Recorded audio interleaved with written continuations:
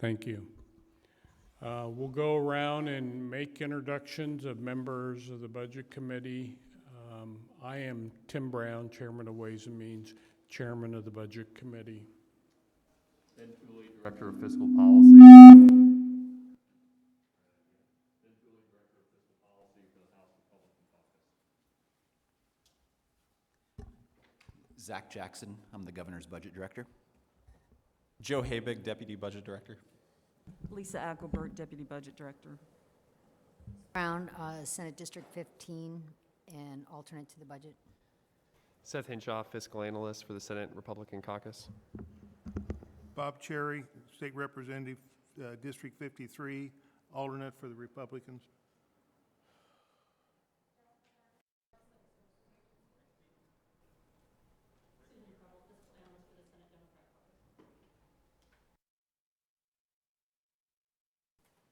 Greg Porter, House District 96, Budget Committee member.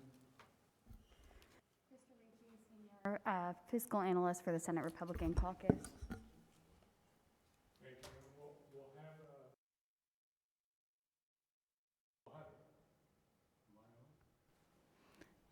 We'll have a few more members come and go as time, so please give them their due. With that, the Budget Committee will come to order.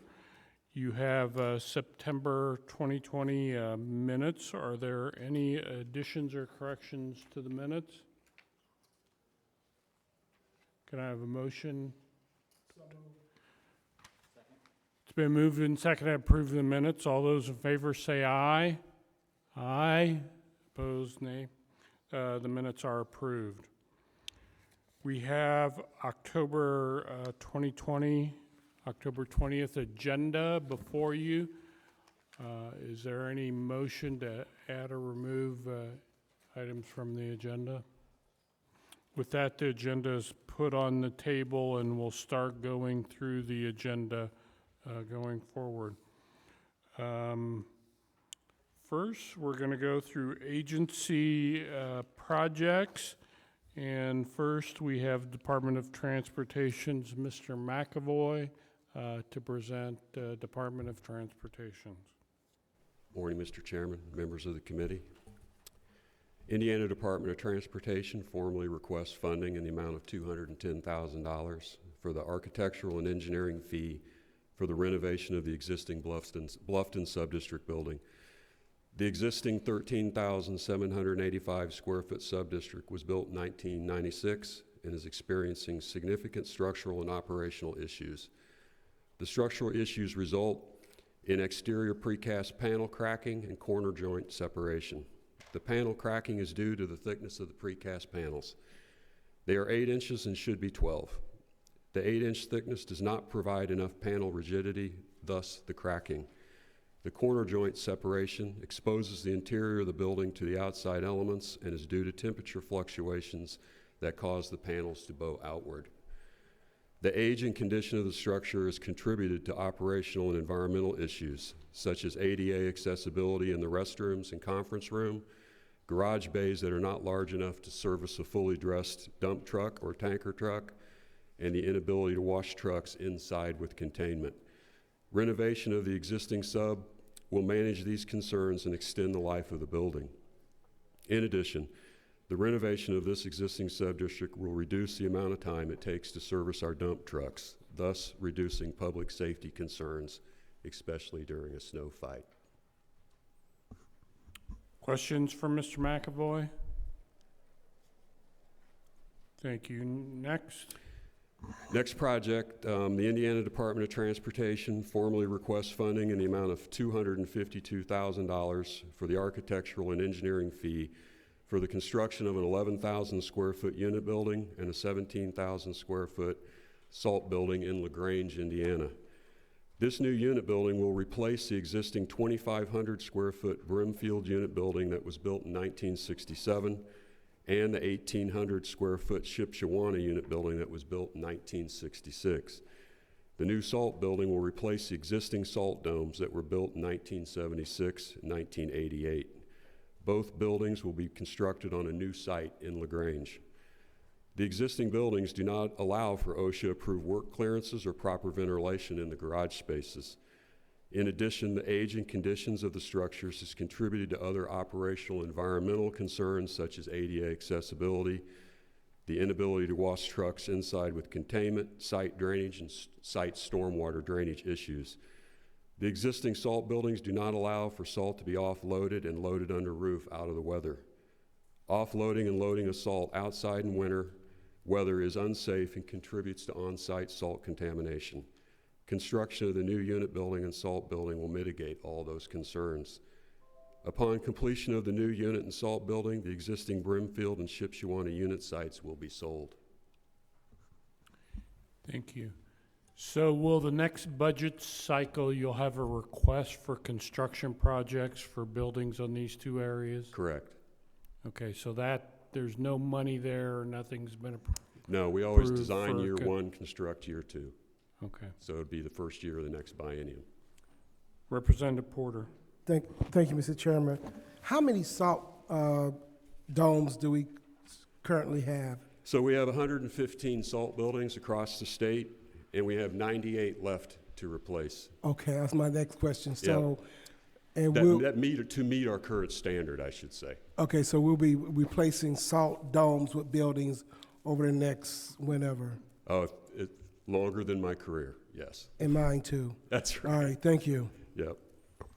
Senator Brown, do you have a question? So you're replacing two buildings with one? Yeah, it's basically a combo unit. So instead of 7,000 square foot unit building, we're gonna build an 11,000 square foot unit building because we'll have to make room for the additional crew. Two crews will come into one building. And I know you're still just getting architectural, but do you even have a ballpark of what it's gonna cost? And also, do you have a ballpark of what the existing sites could bring? Has anybody? So we haven't appraised the sites yet, so I don't know that. We do request appraised value for any site that we do sell, though. We haven't had a chance to design it yet, so we don't really know. We don't do very many combo units, maybe one every few years. I would anticipate it to be, a normal unit building is in the range of 4 million, it could be 7 million due to the added square footage. But again, we won't know until we design it. Right, thank you. Further questions? Representative Cherry. If we were going forward, building a lot of salt barns, would really need additional engineering fees and architectural fees going forward if we use the same one over and over? It's a good question. Yes, because every site's different. So when you go to a new site like LaGrange, you have, grading and drainage plans that need to be developed. There's a lot more that goes into it than just taking the existing building design and putting it on the property. Thank you. Any further questions? Thank you. Next project.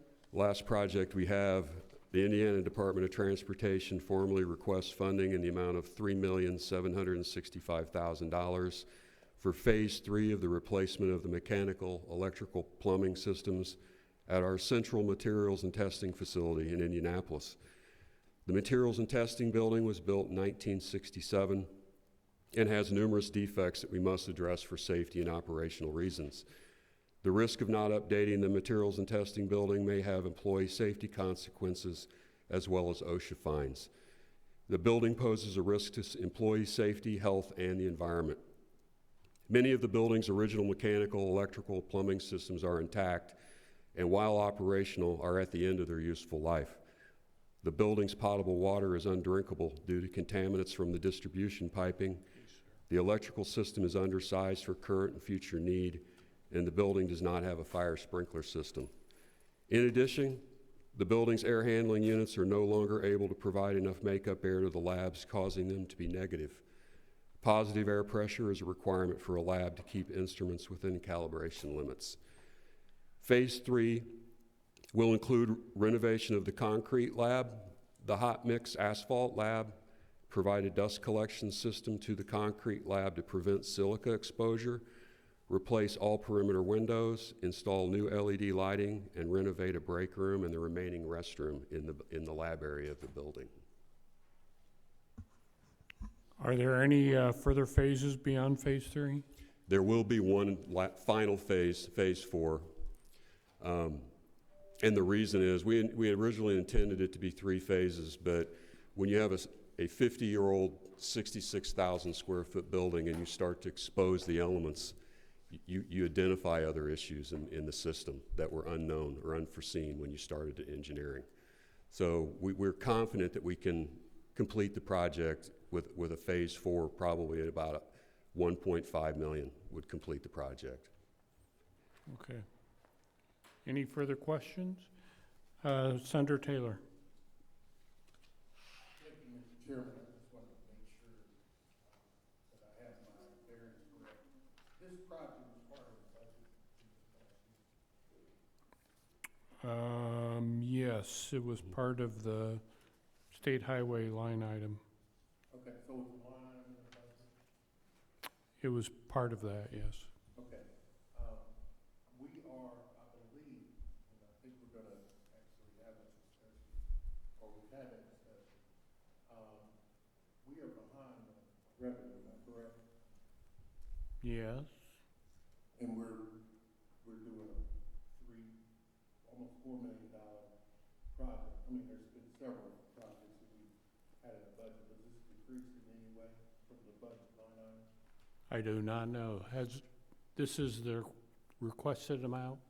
Correct. Yes, the number hasn't changed. Okay. Want to make sure that we're, what we're saying here. So, yeah. Okay. Further questions? Thank you very much. Thank you for your time. Next is Department of Natural Resources, Mr. Smith. Good morning, everyone. DNR has one item on today's agenda, and that is the NASB Lake Dam design for $300,000. DNR requests funding for the design of the NASB Lake Dam, which is located at Pigeon River Fish and Wildlife Area in LaGrange County in northeast Indiana. The dam was constructed in 1923 and is showing significant signs of stress. The design will provide options which will include rehabilitation possibilities or the actual removal of the dam. DNR currently owns approximately 100 dams on DNR property. DNR also has statutory obligations for the inspection of other dams throughout the state. Questions for Mr. Smith? Thank you. Thank you.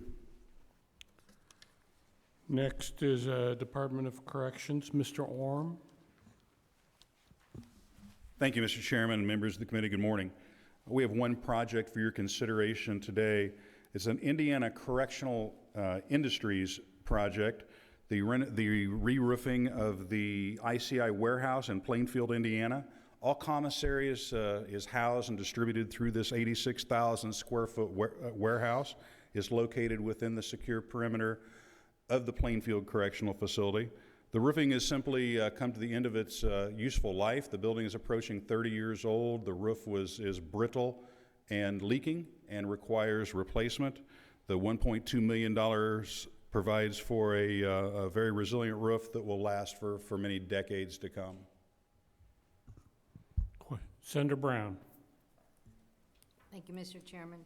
Is this commissary, does this serve all the correctional facilities or just, it does? It does, ma'am. It serves the entire agency. We've even had some Homeland Security materials that have been shipping out of there during the pandemic because of the superior distribution chain from that physical location.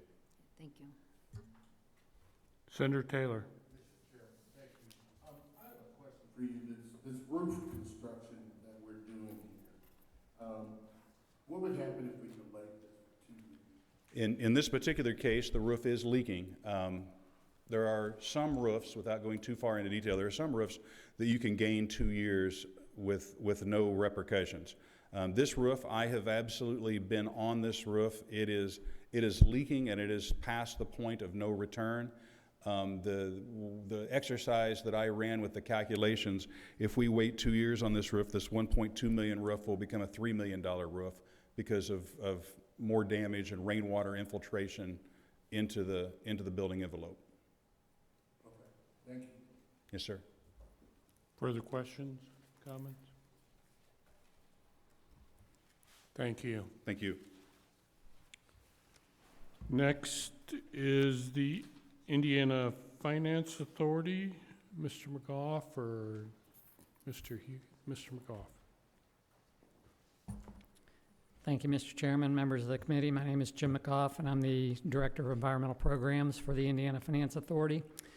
And I'll be brief as the description in your agenda is pretty detailed, but the Wastewater Task Force determined and made a recommendation that additional funding was needed to provide assistance to local utilities to fund their needed infrastructure projects.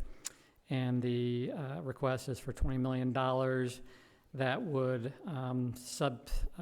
subsidize or assist the state revolving fund loan programs that has available dollars of $350 million to fund over $1 billion in requests right now.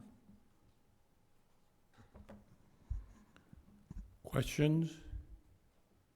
So you've had applications based on the loan amount you already have, and this is just adding to that loan amount? That's correct. We have over $1 billion of applications ready to be funded, and the EPA funding that comes to the Finance Authority will cover about $350 million of that. The thought with the task force was that the $20 million would finance loans, and if it was done on an annual basis, we'd eventually go to the bond market and securitize those to mimic our state revolving fund loan program, which currently generates $4 of loans for every $1 we receive from EPA. So over time, the thought would be this same program would help grow and leverage a future program that would mimic the EPA program of a 4-to-1 leveraging. Okay. Senator Taylor. Yes, under this program, do you leverage, I think I heard you say something about federal funds. How much do you leverage? Yes, sir. The thought, excuse me, we have leverage with EPA right now on $1.3 billion that we've received over 30 years. We have over $5.8 billion in loans outstanding. So the thought was to, starting with the $20 million this year, our modeling shows that in year 25, if we continue to receive the $20 million, put it out into loans, we could do a bond issue for $1 billion. So that would be the leveraging component of this down the road after we start funding loans here initially. Right, and that $1 billion would be used to fund additional loans? That's correct. Senator Mishler. You know, we've got a strapped budget, and I'm looking at these projects, and I think the $20 million project took me over the edge a little bit. So I think we're getting ourselves out there on these projects. I know you're withholding 15% from some of the payouts you're currently doing, and I think it would be very responsible to consider withholding 15% on these payouts as well. Thank you. Thank you. Further questions or comments? Sure, Senator Taylor. Thank you, Chairman. Jim, the 15%, if it were held out, would that lower the amount of money you could leverage through the SRF program? Yes, it would, depending upon how many years that we are below the $20 million. That would just bring down the eventual $1 billion mark. Okay, so just so I get my bearings straight on that, withholding 15% of these dollars would lower the amount that could be leveraged to assist local communities with infrastructure needs. Yeah, I think the rough math would be 17 million if we reduce it. So that'd be 17 million in year one, and then it would be dependent upon what future years appropriations were how much that would affect the eventual leveraging of the program. Thank you. Senator Brown? Thank you, Mr. Chairman. Along that lines, I guess I'm curious, I know this is a great program. I know my community has participated and benefited from the SRF in the past, but when you look at these applications, first of all, do you prioritize, are you able to fill them all? We Or are fund not. them all, I should say? Yes, we do prioritize, and this year, and if past years or evidence of future years, we can fund between $300 and $400 million, but we tend to always have $1 billion of requests. So even though we fund $300 or $400 million in the first year, the second year we have more projects added and continue to have, and for quite a few years have had over $1 billion of requests. The one unique aspect of this appropriation and the requirements that come with it, we are required to target 40% of the funds to communities that are less than 3,300. So we have taken all of the projects that are prioritized on our SRF funding list, and we have pulled out the ones that might be below our funding range but meet the criteria of this legislation.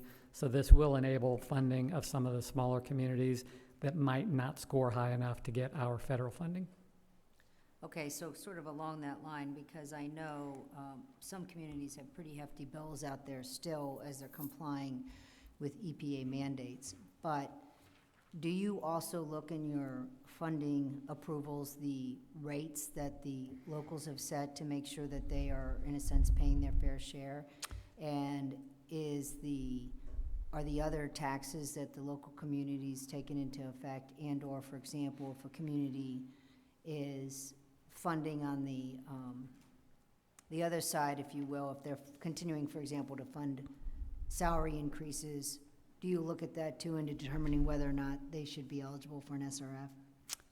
Yes, ma'am. Partially, the determination for funding and then the secondary determination on how low of an interest rate they will get is dependent upon their user rates and their median household incomes.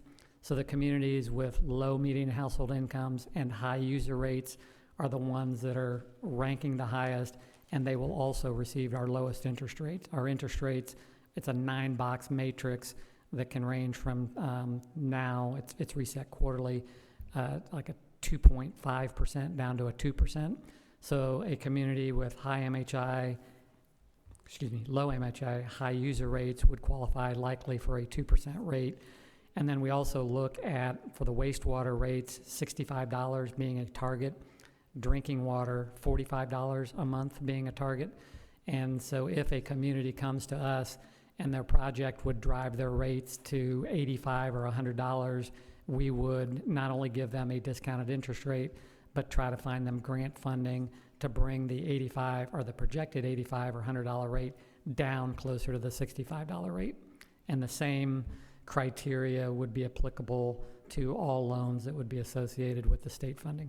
And of course, you're assuming that that increase 65 to 85 as an example is because of infrastructure costs, not because it's a revenue source for the community. That's correct. Right. And then did I hear you say that you get about $1 billion in requests, but you only fund anyway $300 to $400 million? That's correct. We receive annually from EPA roughly $35 million per year for wastewater projects, and we receive $14 million a year for drinking water projects. So through leveraging, we're able to turn that roughly $60 million into $350 million of loans, and that is what we use on an annual basis to fund projects that fall within that funding range. But we, at any given time, and today is no different, we have over $1 billion of requests sitting, and those requests that go unfunded this year go back into line next year. Thank you. Representative Porter. What I heard you say was it helps also low-income families, but the metrics that you create or have basically assist low income or taxpayers or ratepayers in regards to the $1 billion and the 35 million plus the 14 million for drinking water. So this really helps ratepayers. Oh, absolutely, yes, Okay. So it helps people. absolutely. Okay, thank you. Thank you. Senator Taylor? Just one additional question, Jim. I think one of the things that the program does is actually, the way it helps ratepayers is that the communities would not have to go to the open market to issue them. And in doing that, you said your rate is somewhere, I'm just gonna say 2%. Do you have any idea what that rate may cost local, municipalities if they had to go into the open market? We do, yes, sir. And we require communities, communities have a financial advisor representing them, and we require them to draft a letter to us and to the community documenting what that community would have had to pay if they went to the open market. Generally, in today's market, we would assume a community, an unrated community in Indiana would probably be at 3.5%, perhaps 4% on an interest rate. So and we track this metric over the last 10 years because of the interest break we have provided to communities. It's provided over $1 billion in interest savings or rate savings to utility payers. Any further questions? Gary?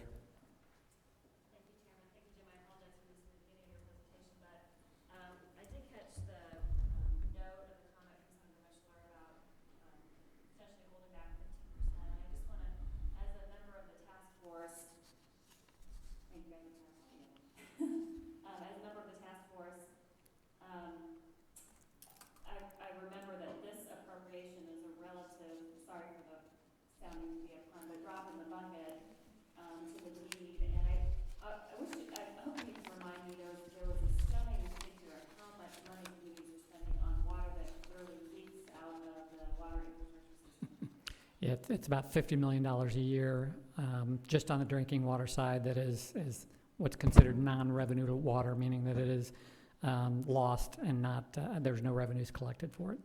Thank you. So not only, as Representative Porter pointed out, will this money help ratepayers across the state, but it will also help our communities save money on really this critical infrastructure investment. So I just wanted to raise that up and thank you for your work. Thank you. Thank you. Further question? Thank you. Thank you very much. Next, we go to university projects. Ms. Hazlett?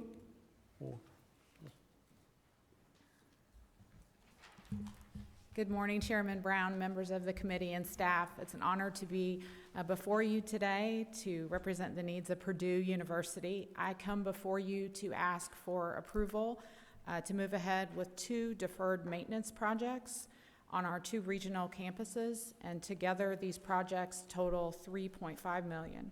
On the Purdue Fort Wayne campus, we are seeking authorization to spend $1.75 million for replacement of outdated data cabling in several campus buildings. And in addition, these funds will be used to update classrooms in the liberal arts building to modern teaching standards. Over on the Purdue Northwest campus, we are asking to spend $1.75 million to replace the roof on the student union and the library building. These funds will also be used to renovate an outdated lab space and turn that into an active learning classroom setting. Once renovated, that space can then be used for some of the socially distanced learning that's so important during the pandemic. In closing, we're deeply grateful for the support of the General Assembly for our deferred maintenance needs on Purdue's regional campuses, and I'd be happy to answer any questions that you might have.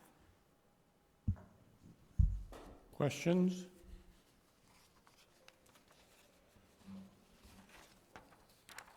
Thank you. Thank you. That being only agency projects, we'll next go to the review items. And we have Ms. Taylor from FSSA ready. Great. Thank you, Chairman. I didn't bring the agenda up. Are the state plan amendments first? I have 2 state plan amendments and then a Yes. HIP. Okay, great. So the first item that we are bringing before you is a state plan amendment that brings us Medicaid into compliance with state legislation that was passed in 2020, allowing the delivery of optometry services via telemedicine. And so this is a state plan amendment to capture the changes that we have to make to comply with statute. Questions on State Plan Amendment 1? Continue. Okay. State Plan Amendment 2. So this one deals with rebasing and the way that we pay our group home Medicaid providers. So this state plan was actually requested by industry. It allows us to adjust for impacts of COVID. And so I'll just lay out the process really high level. Under our normal process, reimbursement rates for group homes we go through a 2-year cycle. So year 1 would be the rebasing year, where we take cost report data and actually adjust base rates.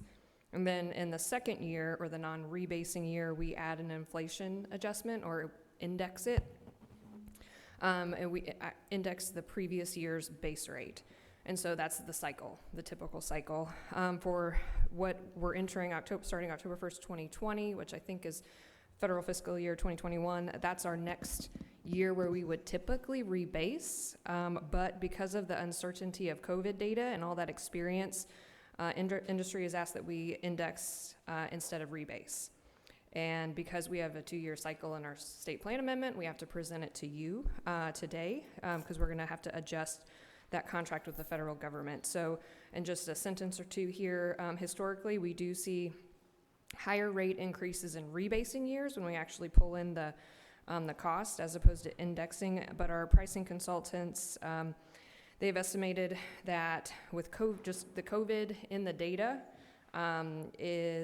could result in some artificial kind of fluctuation. So the decision is really to instead of rebasing, we'll index for 1 more year, and that'll keep rates a little more stable, and it does result in some modest savings to the state. So it's a long way of saying we're going to index 1 more year.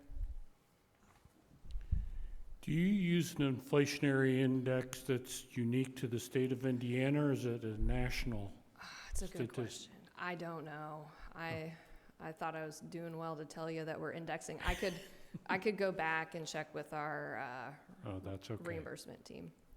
Thank you. Further questions? Thank Okay. you. Thank you. You have the HIP phase-out review? Yes, we have another item for you. I don't know if you recall last year, actually, Secretary Sullivan met you guys at Purdue to present this. She joined the committee last year to discuss what is the HIP, the Healthy Indiana Plan, phase-out payment process. And last year, we were expressing our desire to suspend collection for state fiscal year 2019 in partnership with the Indiana Hospital Association, and in accordance with this is allowed under state statute, we are seeking suspension again for state fiscal year 2020.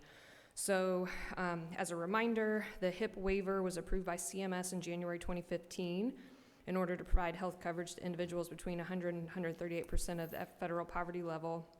On the state side, HIP is funded solely with cigarette tax revenue and hospital assessment fees, with no impact to the general fund. In addition to the fees that the hospitals pay to cover the state share of the program, half hospitals pay an additional $11.5 million annually starting in fiscal year 2017 deposited into a HIP phase-out fund. And this fund would be used to cover annual state cost shares or the costs associated with winding down the program if it were terminated for any reason. So we are here because that is not the case. HIP remains a strong, viable program. Everything is in good working order. We are seeking the first of its kind 10-year renewal here with the federal government for HIP. Hope to hear about that very soon.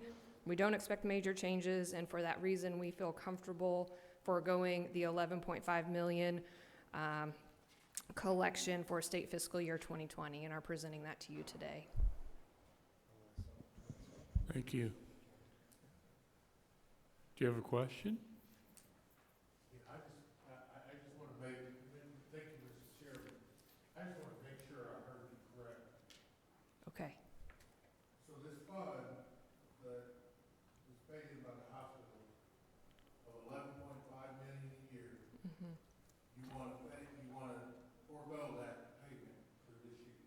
Right. How much money is in the fund? So we have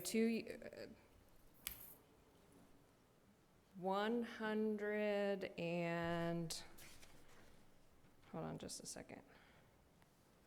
I thought you would ask this. It's around 140 million. We have, it's the HIP trust fund revenue and then a couple of years of putting that 11.5 million in. So I can confirm, because I don't know if I wrote it here, but it's, That's totally okay. yeah. And how much does it cost to run the HIP program, the station?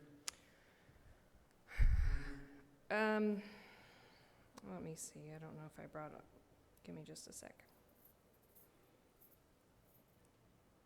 So HIP expenses are at around 3.2 billion for fiscal year 2020. About 97 million is funded by cigarette tax revenue. Maybe 260 million is funded with half. So I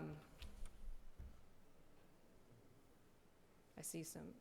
Well, I'm just trying to see how long that $140 million lasts.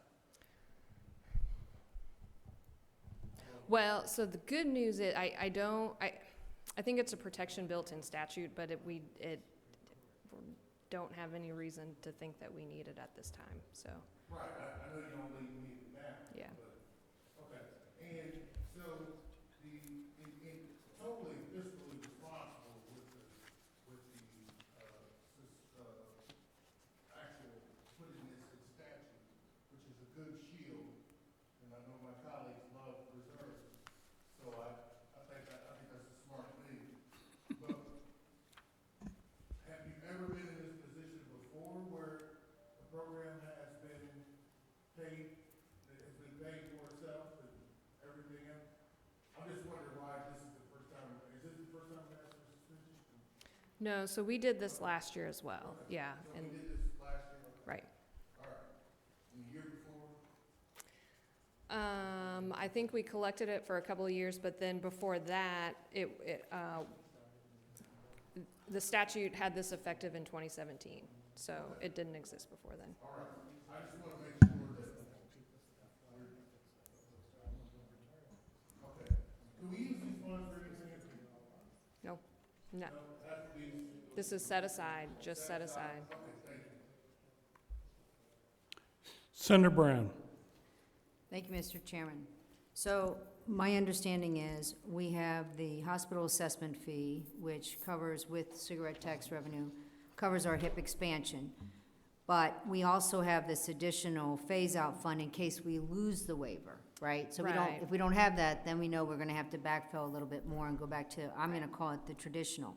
Right. So what I'm seeing though is our HIP obligations annually are 3.2 billion, and from the numbers here for just this year, 97 million is funded by the cigarette tax. Have we seen the cigarette tax revenue decrease? And will we see a big hit since the smoking age has been raised? I mean, has anyone projected that out? I don't have an official project, Zach, I see you're taking your mask down. Go ahead. I'm sorry.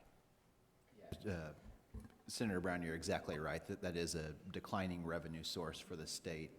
We have multiple programs that get different slivers of tobacco tax revenues, and all of those appear to be declining. And you're right, with the increase of the smoking age, it makes that, well, it's a great healthcare decision. It does exacerbate that funding cliff. Okay, so probably you can't answer this, so I'm gonna ask somebody. So if we're counting on 97 million from cigarette tax revenue, it sounds like you suggested there are other programs being funded. So I would assume that the HIP expenses are a priority. So currently, what do we collect in cigarette tax revenue of, and what portion of that is spent on this HIP waiver money? Yeah, I have an analysis I can send you when once I dust it off and take another look at it. It's been a few months since we looked at it, I think, back in the spring to try to get some estimates. What I will say, though, is that it's not that it all goes into one pot. Statute dictates, which percentage goes into this fund and into different funds. Everything from here to a little bit goes to pensions to, I think a little bit goes to Department of Agriculture. Trying to think, some goes general fund, yeah. It goes in multiple different directions. Okay, it would be good to see that, since we are phasing or postponing this phase out. But I wanted to make sure I understood, Allison, it sounded like the current trust fund has $140 million built up into it, even though this past year and this coming year, we're proposing suspending the annual $11.5 million. Right. Right? So there's money there if for some unforeseen reason, and we don't foresee that the HIP program will lose that we will lose that waiver status for it. Right? Okay, thank you. Senator Mishler. So may I clarify, since Representative Houston and I did this in 2019. So the hospitals came to us, they paid the 11.5 a year into this phase out in case the Healthy Indiana plan went away. They built up the fund. They came to us when we did the 2019 budget and they wanted to eliminate the payments forever. And we weren't comfortable with that, so we agreed that we would do it during that budget cycle. And then after that, they would have to come to Budget Committee for review. I personally, I'm not ready to eliminate it altogether. Maybe things look pretty good right now, but maybe next year they don't.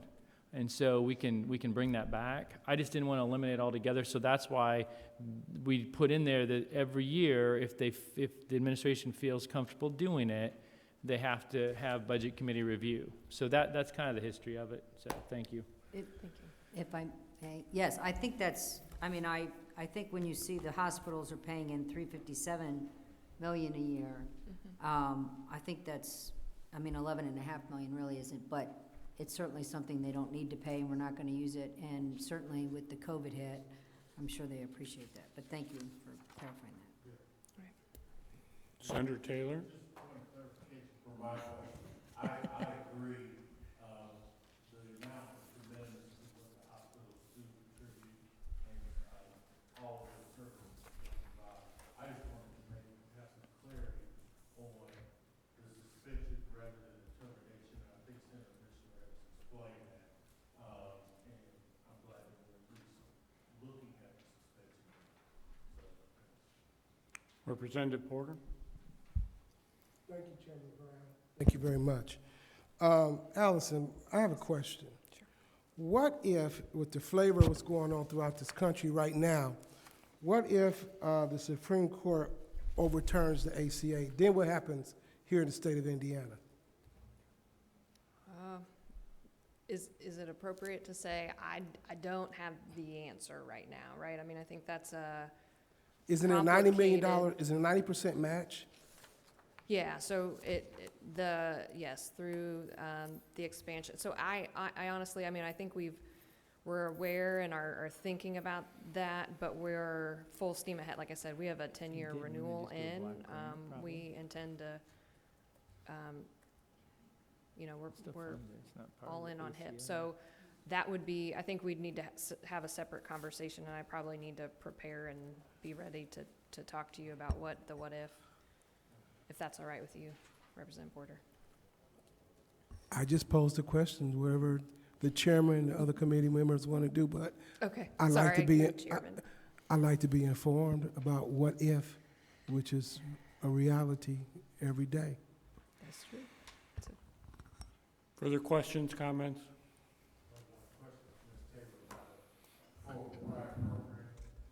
Pardon? I just say, I don't know, is this your final interpretation, or you have more? It is my last review item. Oh, okay. So, last meeting, we talked about, I like the internal opioid initiative program that you have, the waiver. Yep. I just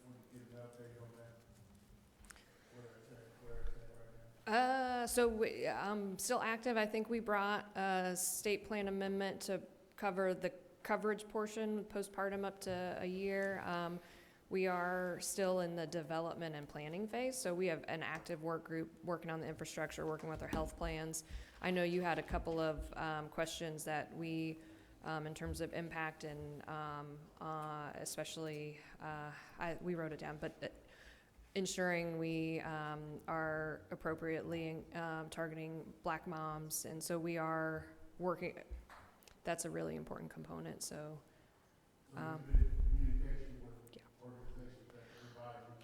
Maybe, I don't know if we're having, well, yes, I think generally for the mom grant, we are having stakeholder and member engagement opportunities, preparing, thinking, but we have some time.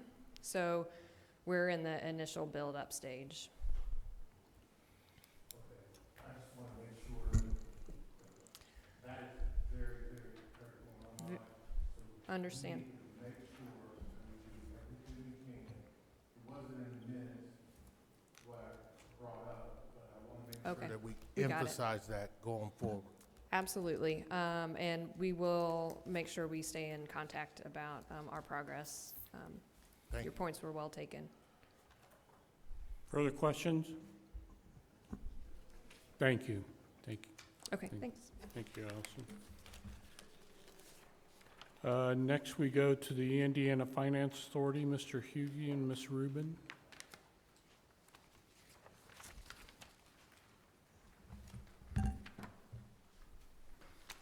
Thank you, Chairman Brown, Budget Committee members.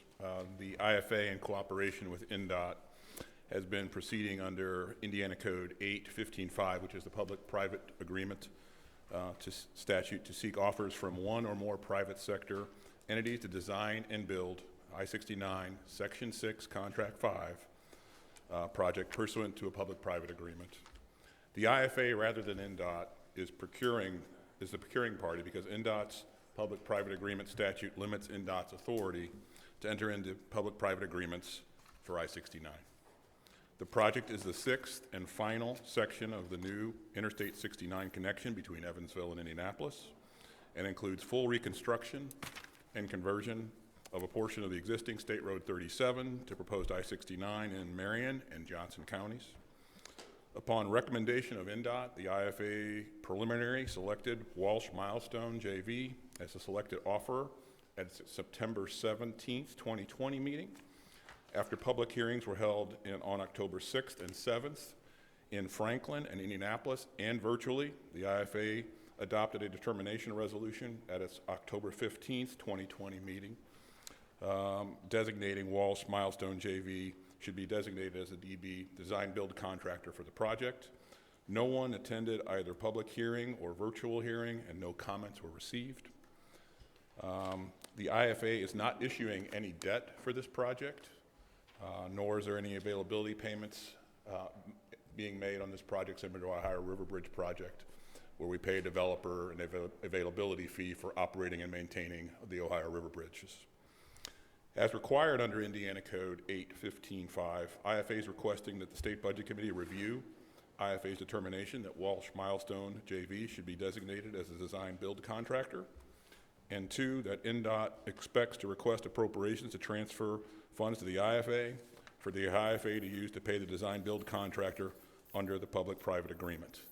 Sarah Rubin from INDOT is here to provide more details on the project for the Budget Committee. Good morning, everyone.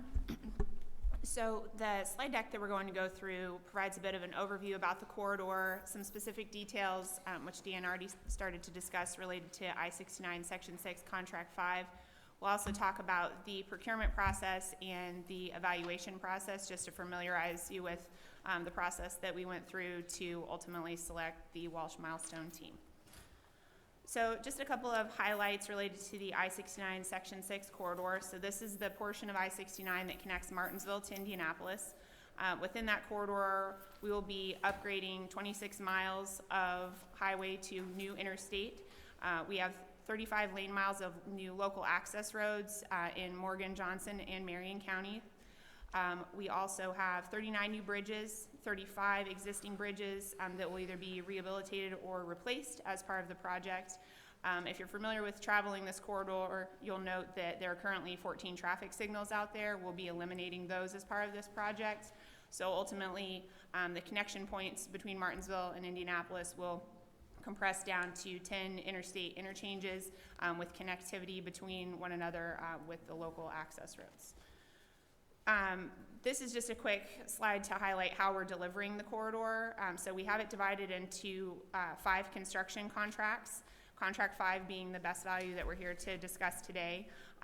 Contracts 1 through 4 are design bid build, which is NDOT's traditional way for procuring projects where we fully design them and then we advertise them and the contractors essentially build what we designed. So contract 1, if you can follow the colors on the screen. So contract 1 is the orange that are the offline improvements in Martinsville. So those were completed this year.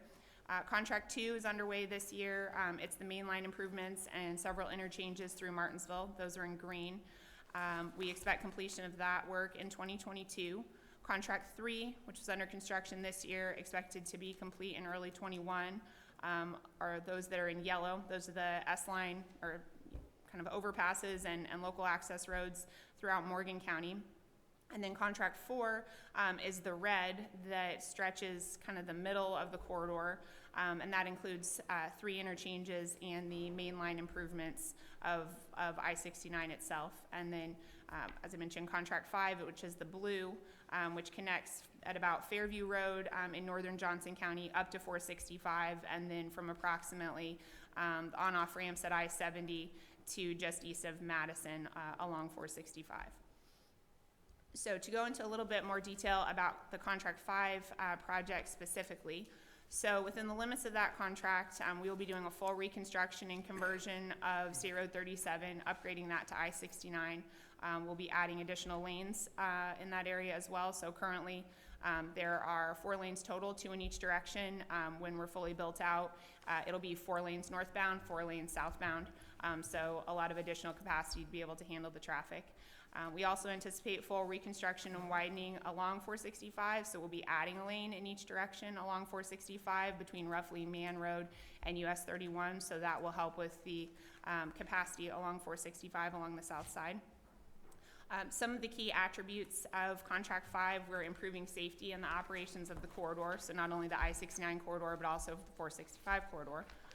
Along I-69 itself, we will have several new interchanges within the limits of Contract 5. So we'll have an interchange at County Line Road, Southport Road, Epler Avenue, and then at I-465 itself.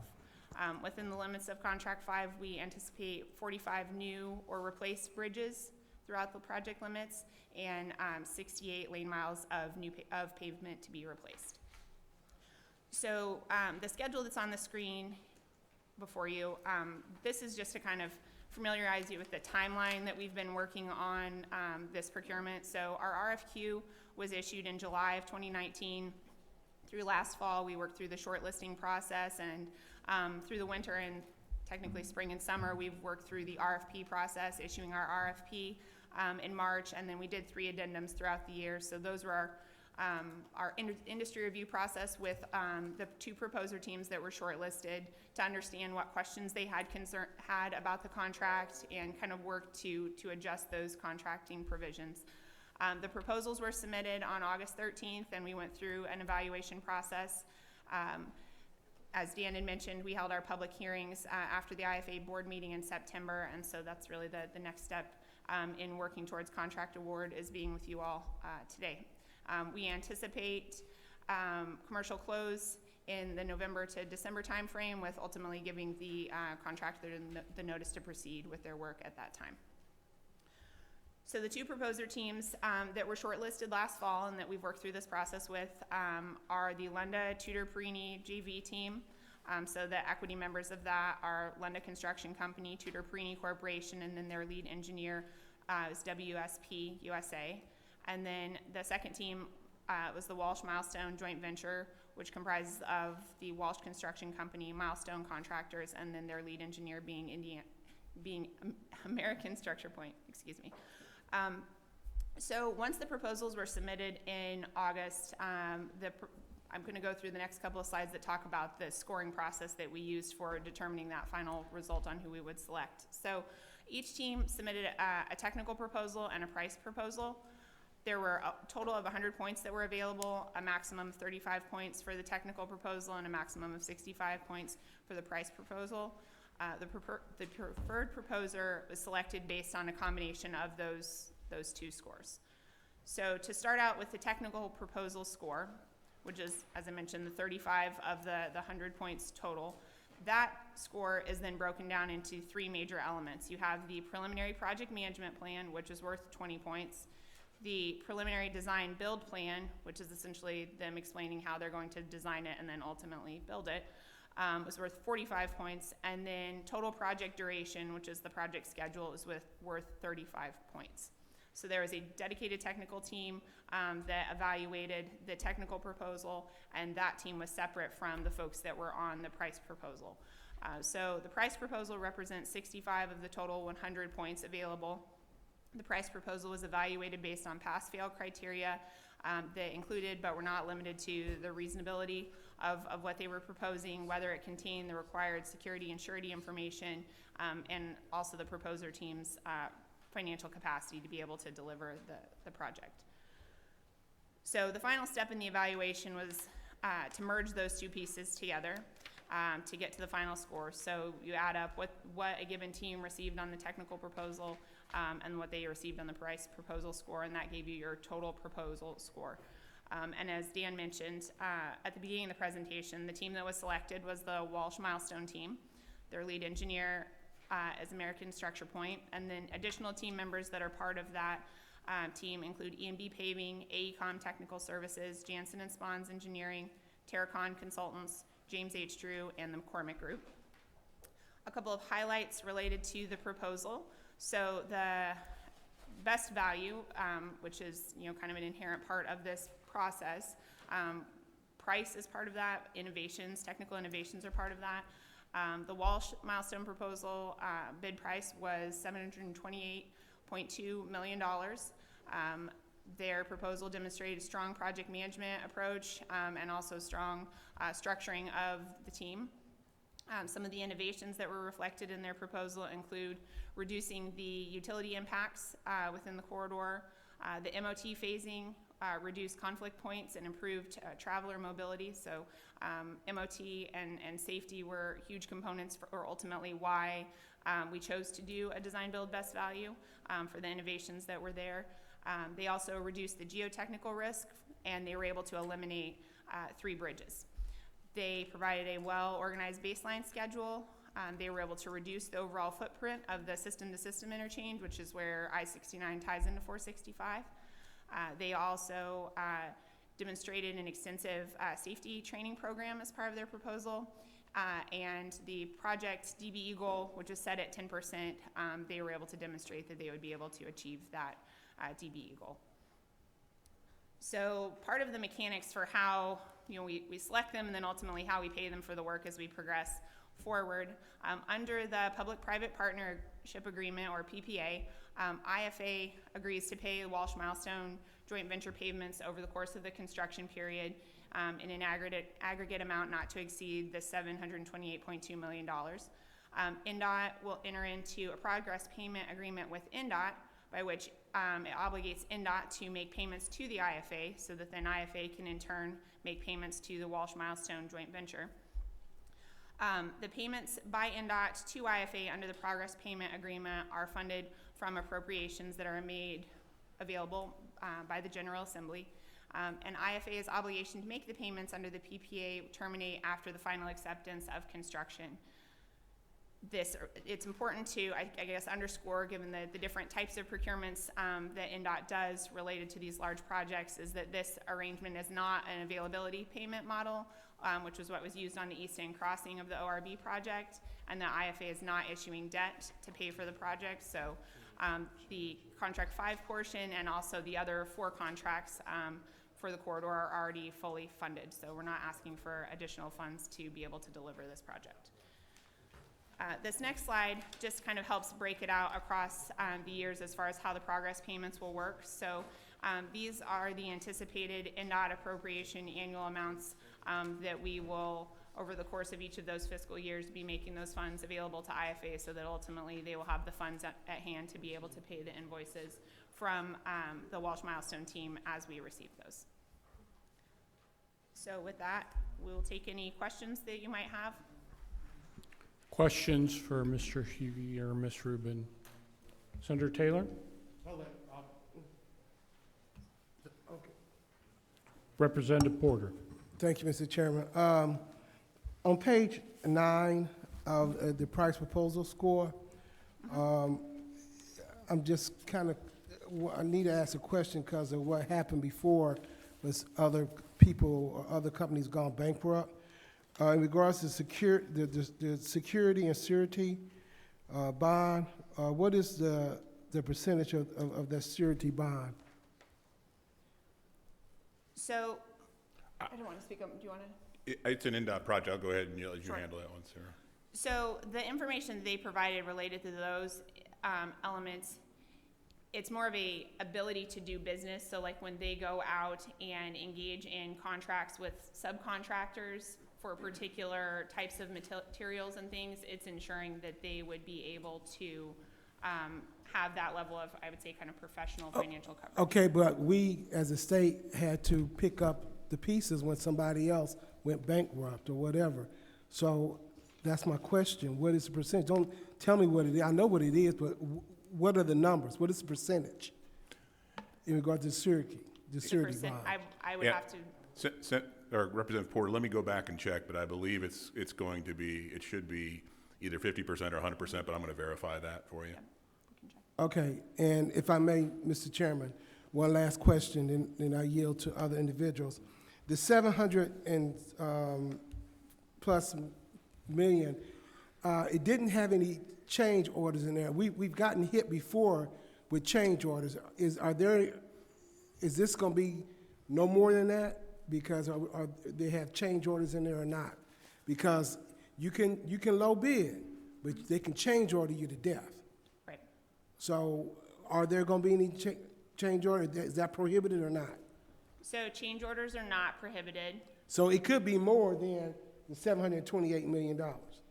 That is possible. However, I would say that during the procurement process, these proposer teams had the opportunity to put forth what are called ATCs, or alternative technical concepts. So these are things where if they felt like, so to I think the point about reducing the footprint on the system-to-system interchange, they came forward with an innovation for how they thought they could tighten up those elements and essentially potentially introduce a cost savings there. And so those type of concepts were vetted by our technical team ahead of time.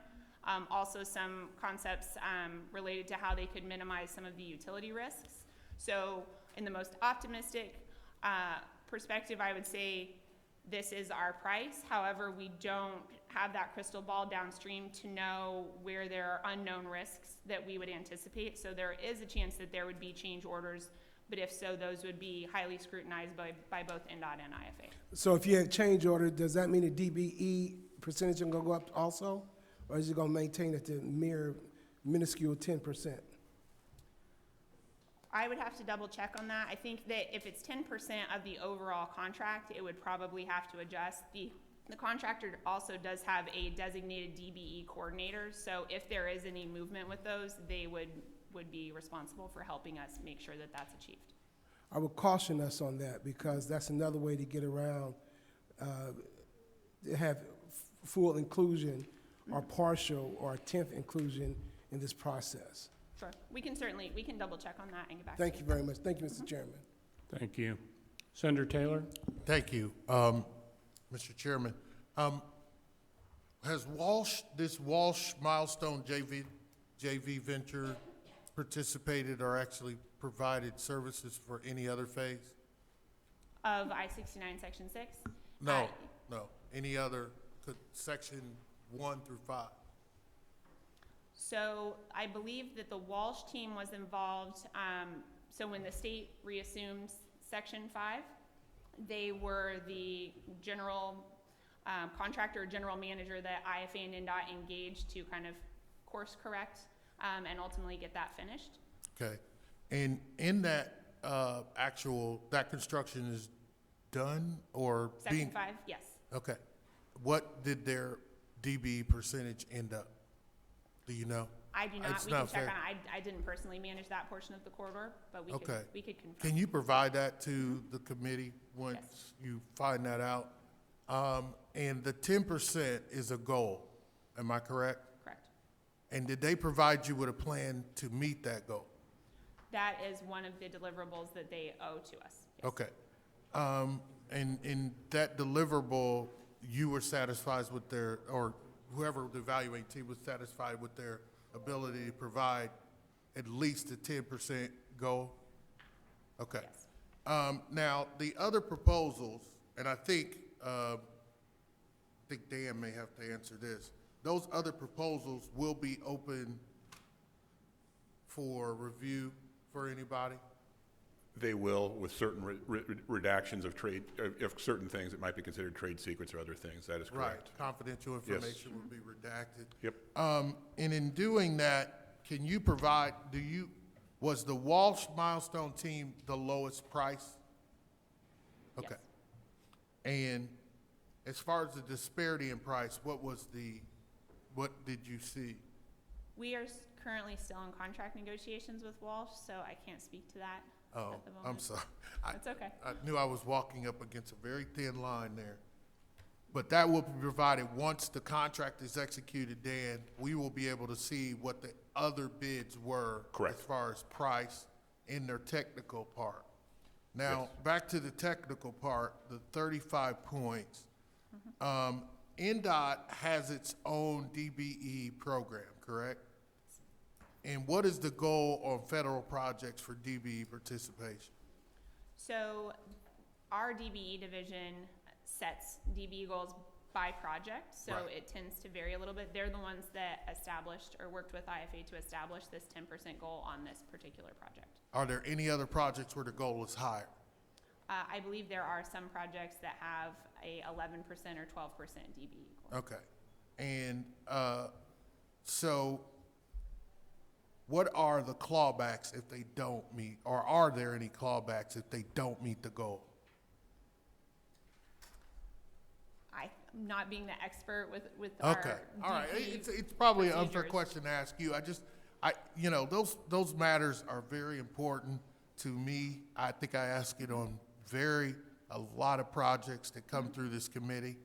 So, for those who are listening, you might want to be prepared to answer that, because my fear, and again, this has nothing to do with NDOT or IFA, you can only evaluate what the team is going to do. But in implementation of the DBE program, we have seen that the number at the end of the day does not meet the goal, and then what happens? There's no penalty.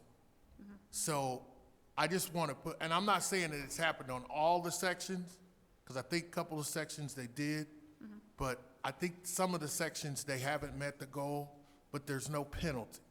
So if I'm not getting a penalty, I can tell you in a negotiation that I'm going to do something and make best efforts to do it.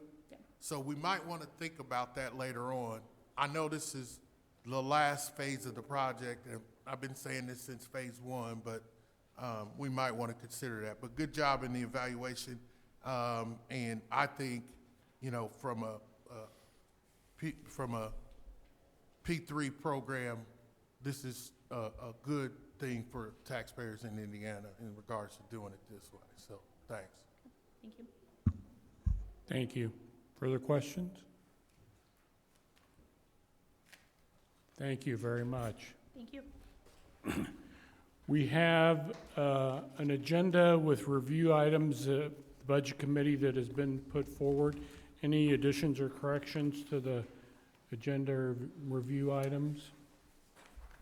Can I have a motion to Mr. accept? Chairman, can I ask you a question about something? Sure. On the review? The general fund, so, finance director actually provided me the information here. When I look at the cost summary on page 4, I see 2017 general fund, 300,000. right? So we do have the ability to delay a line item from a prior budget to the next budget. All right, we do. Can I? Yes, go ahead. Yeah, so I'll give you kind of a basic rule of thumb. It does not apply in every single situation, but generally, you know, I kind of divide up the budget bill into 3 sections. The very first part are the operating appropriations. For the most part, they revert at the end of that fiscal year. Occasionally, some of those are biennial and revert at the end of the biennium instead of that fiscal year. The middle section is of the budget bill is the capital section, and then there's the language at the end. But then the capital section in the middle, for the most part, there's a provision that allows the budget agency we may revert those at the end of the biennium. We don't have to revert those at the end of the biennium, but those don't automatically, capital appropriations don't automatically revert at the end of a fiscal year or even at the end of a biennium. And so that's why you see out here where agencies are using older capital dollars that have not reverted yet for some of these projects. Right, so. So that's like on top of page 4. Yeah. That's that 300,000 that was appropriated in the 2017 budget bill. Okay, and that was my point. So we have the ability to have a line item in the budget delayed. The capital, with capital, yes. There's other language on operating. Okay, that basically operating. says it reverts at the end of. Let's leave the operating out of it, because I understand that. It's basically, you gotta pay the people who work for the state, so I understand that. But we have the ability in a fiscal situation where we can delay a project. It will remain on the budget line, and then it could be funded in the next biennium. That's correct. Okay. Have we done that for this biennium? On Are- any well, line item project? So, I mean, since the biennium is not over yet, anything that we've not executed was put in the budget bill is still sitting there. There's not been any capital dollars. Haven't been any capital appropriations that were appropriated in the 2019 budget that have reverted yet. It's either been released to be spent, or it's sitting there unreleased and will roll for a while. Okay, it'll just roll, so we don't have okay. I guess what I'm saying is, couldn't we, under our fiscal ability, change not the amount, not the project, but the time period in which the project is paid for capital projects? If I'm following, I think, yeah. Okay. Is there a specific project that you're? No, I'm just Okay. talking about any project. We've had a lot of projects that have come through the General Assembly that are construction projects, building new salt facilities, doing things that putting new roofs. And something tells me that during this next biennial budget, we're gonna have to cut funding of some of the operations. And I think they are all out of the same fund, and we need to be fiscally responsible in doing that. That's all I'm trying to say.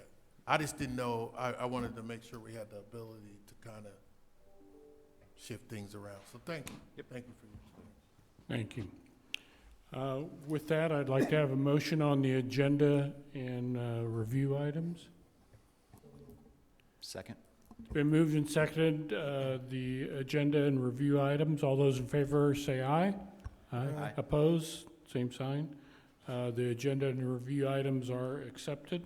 We'll next go to the discussion items, and I see Mr. Johnston is taking up the computer and ready to go at it. I feel so selfish here, taking the computer every month here. But good morning, Mr. Chairman, members of the committee. In this month's update on the Coronavirus Relief Fund, what I'd like to do is provide an update from last month. As we've discussed before, the governing document that the budget agency has with state agencies that are administering the various programs is the memorandum of understanding. And we have approximately 10 to 12 state agencies that have a memorandum of understanding. You see here on the slide, I've highlighted the ones in gold are those agencies that have had their MOU adjusted, supplemented, or they might have a new program that I'd like to talk about that's all happened in the last month. There continues to be uncertainty. In fact, if you're reading the news stories, there's a lot of discussion still going on this week out in Washington regarding some of whether there's potential changes or additional assistance. But there's also been some clarity inside state government regarding the estimated cost for some of the services that we've talked about before. And so I want to walk through some of those. Then at the end, what I'll do is try to summarize these changes that we've walked through agency by agency of what the impact is on the Coronavirus Relief Fund, and then segue over to Tyler from DWD, who's going to have a supplemental discussion about the Unemployment Insurance Trust Fund.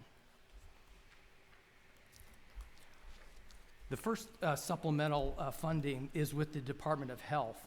And as we've discussed before, they are expanding their testing and contact tracing network.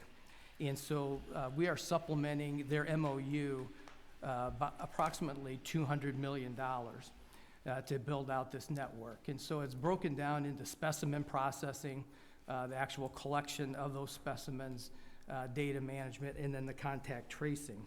The specimen processing involves buying equipment, supplies, the operation of the testing sites. We've got currently Optum and other labs that are building out the network. The specimen collections, that is in the interim, while we've got Optum and these other collection sites, the Department of Health is engaging with local health departments and are developing sub-grants to get them stood up. And I don't know the exact number, but I think about half of the counties have already signed up to be part of the testing network. Those sub-grants are approximately $100,000 per county.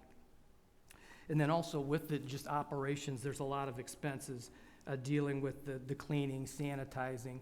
The purchasing of kits and reagents is a very big expense as well. Contact tracing is currently performed under contract with Maximus, and that amount is estimated. Let me take a step back. This additional $200 million, last month we were at about $100 million. This will take the whole amount up to about $300 million for the MOU. And so by these major buckets, the specimen, the actual processing and doing the testing is about $245 million. And the actual collection and operation of the sites is $26 million. And then the contact tracing is estimated to be $29 million.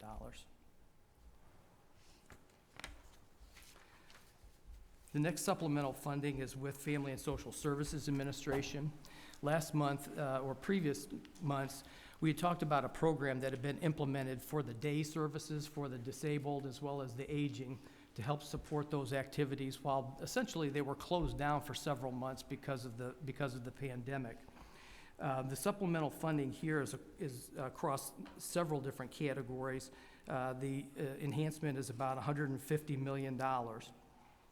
$38 million of it is for the residential and home health provider expenses that have increased across 125 intermediate care facilities and home-based community services and about 200 home health providers.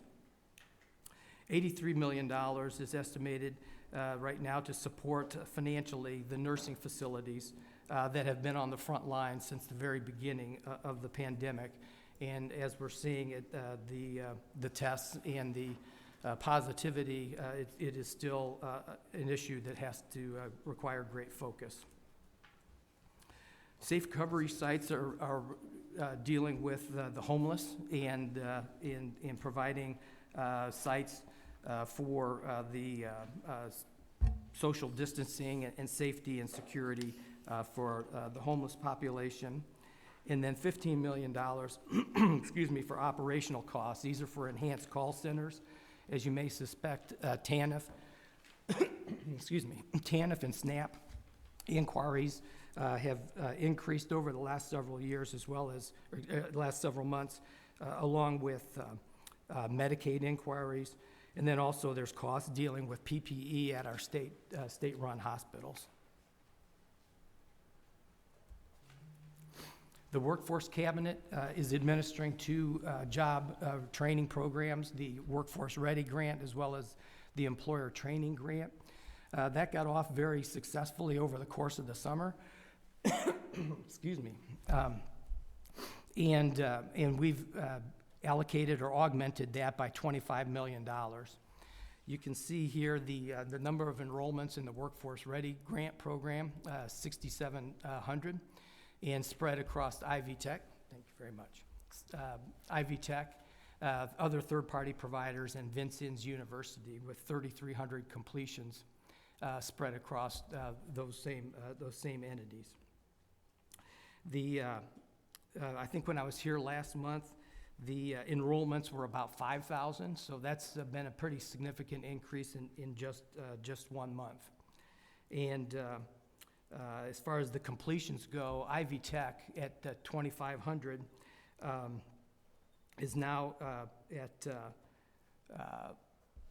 well, I'm sorry, the third-party providers have really stepped up. That was about 172 last month, and it's 444 right now, as well as Vincennes, which at the time they just got started had about 75 completions last month and are now at 981.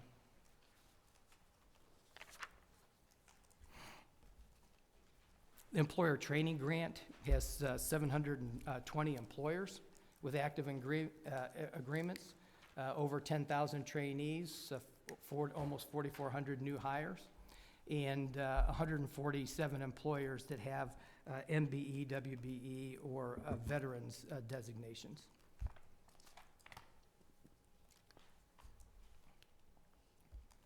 The Indiana Economic Development Corporation has a supplemental funding of approximately $44 million since last month, mostly augmenting or enhancing the purchase of PPE through the marketplace. And you can see here some statistics that they had provided. Over 57 million pieces have been procured, working specifically with 16 Indiana vendors, making over 30,000 deliveries.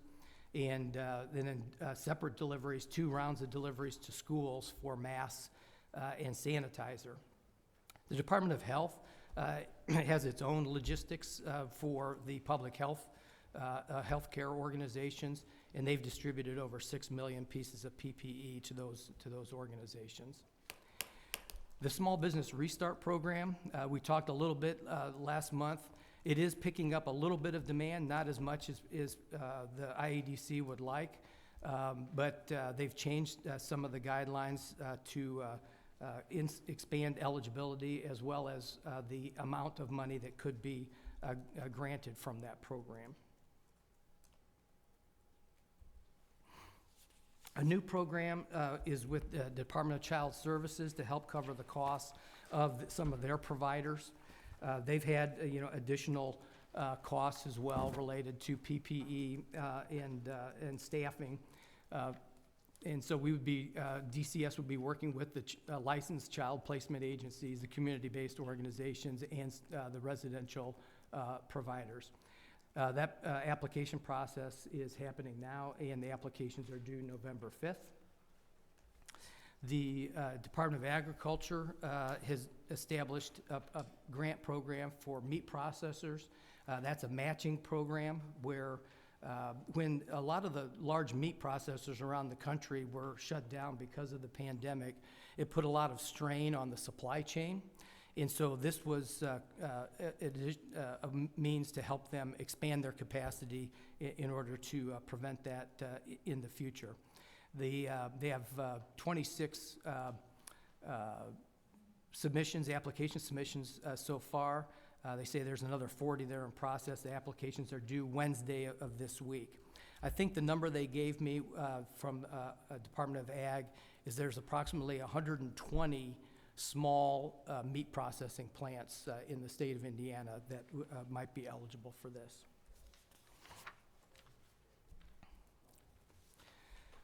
One thing that we've talked about frequently in my updates is the local government program through the Indiana Finance Authority. If you recall, this is $300 million. Now, this has not changed, so the next few slides are just some updates for agencies. But the one thing that had changed, we had talked extensively about covering payroll expenses for public health and public safety costs. We finally got some clarity on that, and the money is really starting to move now on that. I think when I was here before, we said that there were maybe $15 or $17 million had been applied for, and right now we're at $85 million have been approved, and expect that to continue. There's some local units of government has said that they're just going to probably wait until December to actually file their reimbursements, but I know the IFA has been on a couple of, again, webinars and conference calls with the municipal organization and county organizations to walk through. This is much simpler. They basically have to show their payroll costs for public safety entities and public health departments. And as long as it exceeds, I mean, many of these entities are drawing down their entire allocation because they have those costs that they can cover that are now eligible. I think what'll happen is the the Indiana Finance Authority will probably send out a notice to all the eligible entities in probably November, I would say, for those that haven't certified that they were going to participate, saying to get your certification in so that we know who's looking to apply, and then there will be a final cutoff. I'm thinking probably the middle of December to get all of their expenses in and covered. Again, a reminder here on that is their expenses that run through December 30th are eligible. The costs that can be covered through the relief fund are for costs incurred from March 1 through December 30th. The money does not have to go out the door. So if somebody's late with their paperwork, I'm sure the IFA will work with them in order to get that done, but to basically document that the expenses were incurred through December 30th. Still, even with this demand, their turnaround time is still pretty good at 13 days. The housing continues with its rent assistance program. $24.5 million have been paid to landlords. There's been an interesting twist that has come up, two things that have come up. You may have heard about the CDC putting its own eviction moratorium, national moratorium on. That has slowed down, and in fact, the entities or the applicants that have submitted their paperwork has sort of slowed down when they're following up with additional information that's needed, and because of this eviction. At least that's what the Housing Authority is thinking. The other one that's happened is there's a separate grant program from the federal government through HUD called the Emergency Solutions Grant. It's been a program that's been out there for quite some time. That program just started and the applications were opened last week. And what that does, that has a feature that is, there are a few more criteria to qualify, but it's for an extended period of time than the program that housing started. It covers more months. And so what they're finding is a lot of their current applicants are sitting on the application that they have filed with housing and are pursuing the other grant. And so I think that's going to be sorted out over the next couple of weeks. But if somebody's denied from this new program, Housing Authority will continue to work with them if they come back and want to restart their grant program.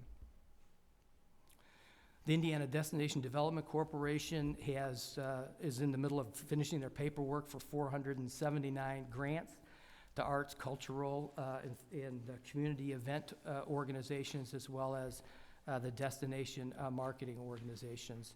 That scoring has been done. The awards are in process, and the tedious paperwork is being undertaken. The next chart, the eye chart that I always make you suffer through, is a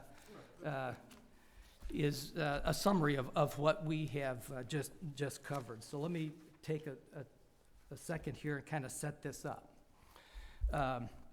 So this is through October 15th. The lower right-hand corner with the number is $1.6 billion of commitments. When I was here last month, that was $1.1 billion. So all of the programs that we went through, plus one other program I'm going to highlight here, is essentially the difference, is about $500 million. So FSSA, health, all of those that on the previous slides will make up the difference with this one difference. The second line where it says payroll for public health and public safety employees, that's the state's costs. Those have not been yet moved to the general fund or replenished any dedicated funds. We are simply keeping track of those numbers, and that number has gone up by about $85 million from last month to this month. So if you take that line item, along with all the other program augmentations that we talked about, or the program additions, that's the difference between last month's $1.1 billion and this month's $1.6 billion. Again, this is covering costs incurred from March 1 through December 30th. And the biggest, the ones that we've really talked about earlier affect the public health expenses in the middle of the chart, and then some of them in the economic support feature. You'll also note, I mentioned the very first line, I mentioned $85 million of expenses for the IFA. This report only is the $45 million. This is through October 15th, last Thursday. Just in those 2 days or the rest of that week, they processed $40 million. The wires haven't gone out yet. We haven't sent the money out, or they were occurring yesterday and today. But that's the difference between the $45 million on this chart and the $85 million number on the preceding slide. Let me stop there and answer any questions before we move on to UI. Representative Porter, you look attentive. You have a question? Thank you, Mr. Chairman. Thank you, Mr. Johnston, for being here once again. I had written out some notes and everything.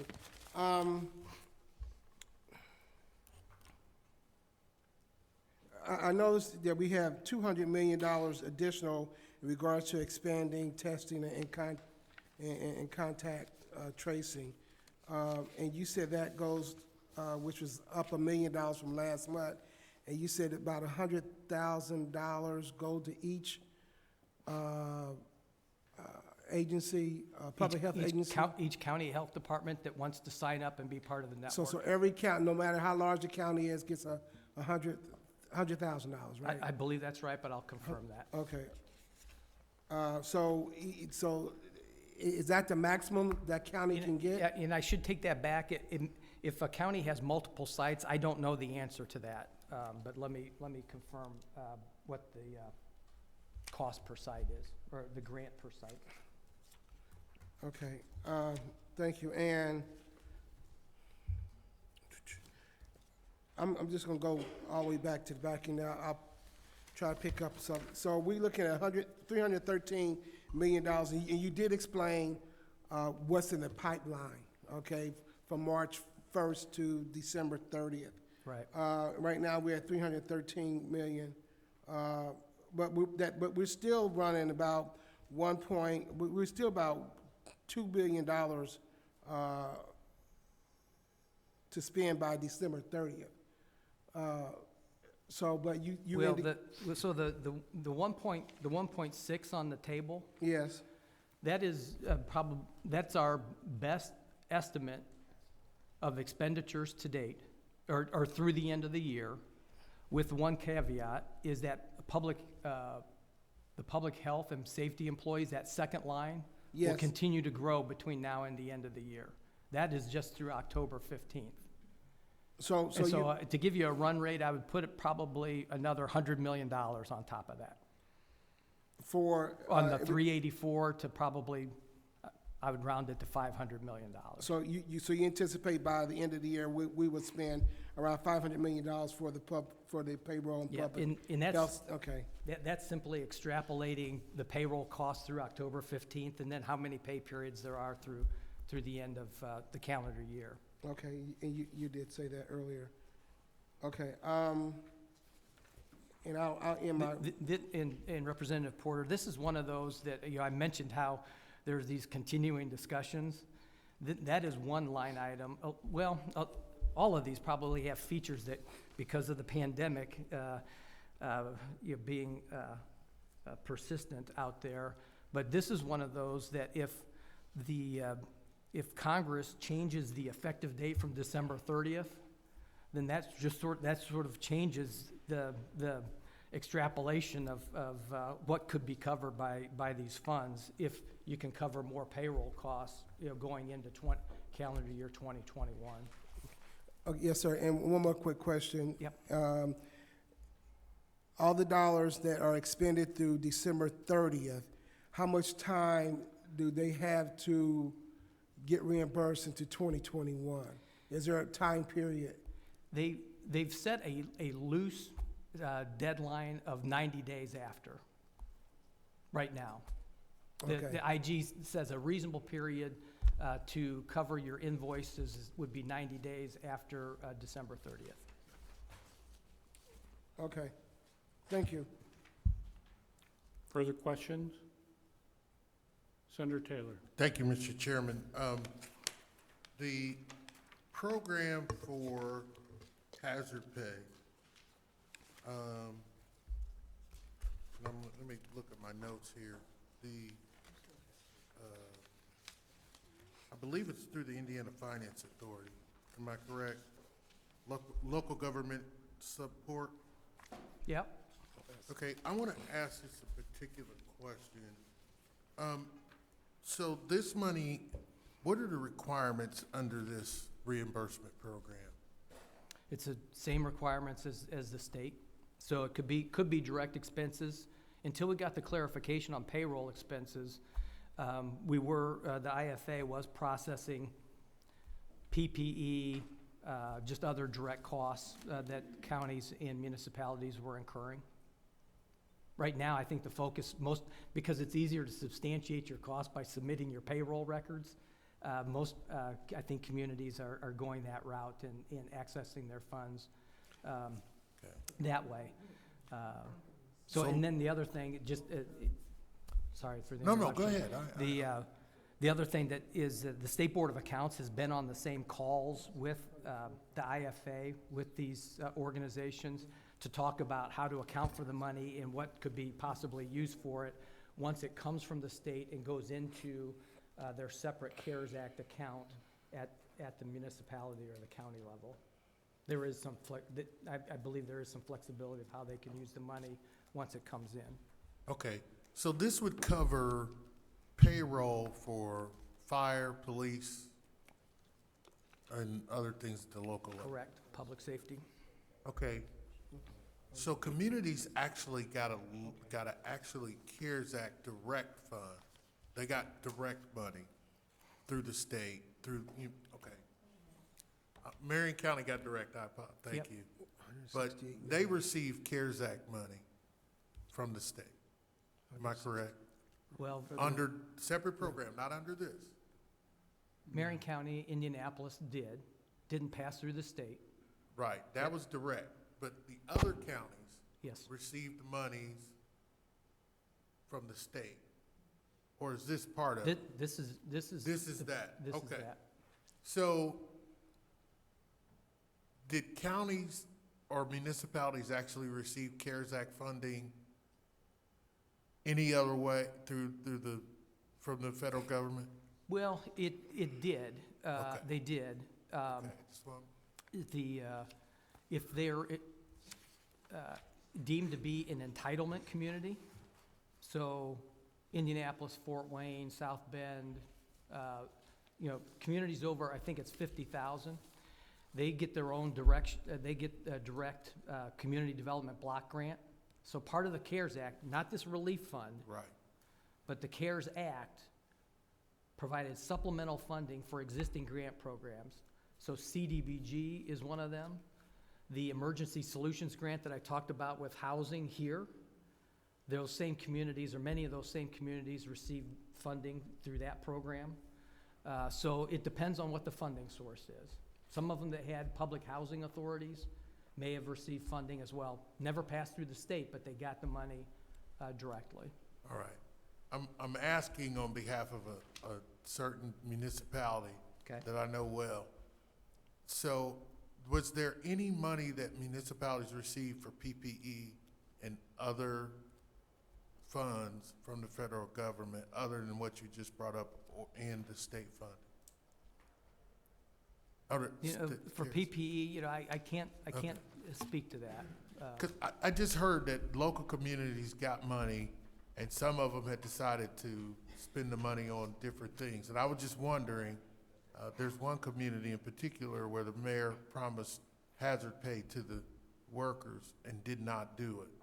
So I'm wondering if there was some other source to the locals, other than Marion County, that came directly from the federal government. And I think there was, but you may not, and that's okay. Again, the ones I'm familiar with have these other distinct funding sources. Okay, so the community. And hazard, I will say, the definition of hazard pay is one of those things that the federal government has had a tough time wrestling with as to what is deemed to be overtime hazard pay, who qualifies for hazard pay. And so that might be part of the confusion as well. Yeah.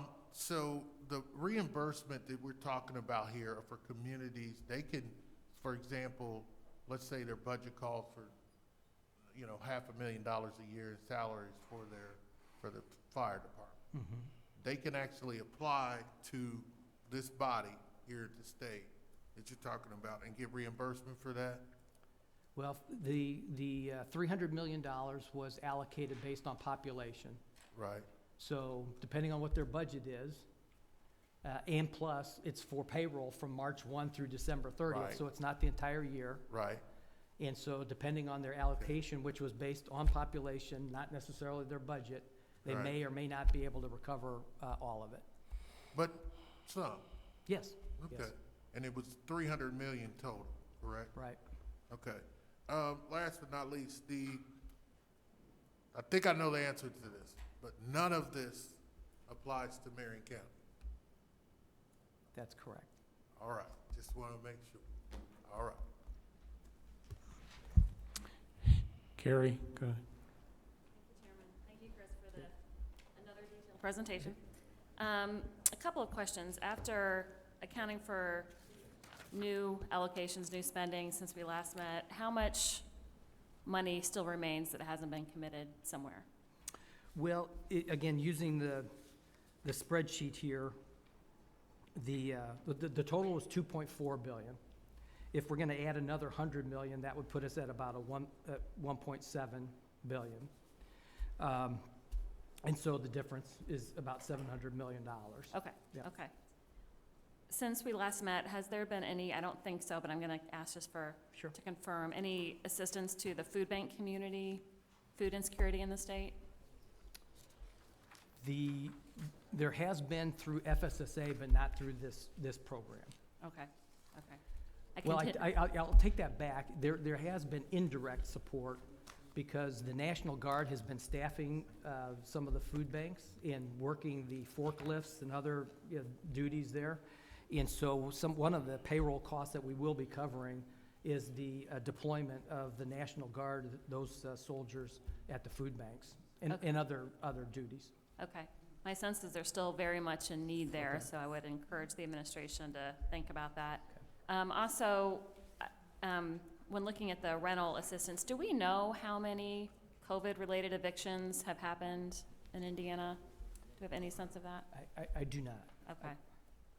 Again, I mean, I see there is money here and it's not all been spent, some dedicated funds for landlords. I don't know how that's translating into actually keeping families in their homes, and I'm still concerned about that. I know the advocacy community is too. And if we still have $700 million, there's an opportunity for us to help families now, especially as we head into these colder winter months. Yes. The thought of housing insecurity for our Hoosier families because of a public health crisis is keeps me up at night, as I said last time, I think. And then one more question. I keep reading about a crisis in our child care sector, which of course our overall workforce relies on, especially once we try to start building back. Has there been any consideration of specific support for that sector? There has been, I believe, that allocation, so that is sort of like my description for the CDBG. So the Child Care Development Block Grant received $78 million, and I believe 68 of the 78 has gone out to the child care providers in the state. Okay. And I don't know the statistic. Dr. Sullivan just rattles these off the top of her head. But I think most of them have come back online. It may not be at full capacity, but that's what these support grants were to be used for. Okay. Okay. Thank you. Glad to hear that. Thank you. Any further questions? Thank you. Are you going to talk about UI, or is No, Mr.? I'm gonna turn it over to Mr. Ness here, but let me tee this up for him.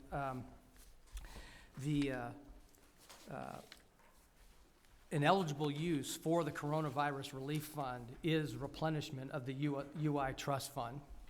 And a third of the states have used the relief fund so far for some level of replenishment. Now, states all have different programs. Some of them, their rates kick in if the balance falls below a certain amount. What you'll hear is you'll get an update from Tyler on the status of Indiana's UI Trust Fund, but it's something that I wanted to present before he spoke, that it is an eligible use that is on the list of how we might use some of the remaining funds. Thank you. Appreciate your thoroughness. Mr. Ness?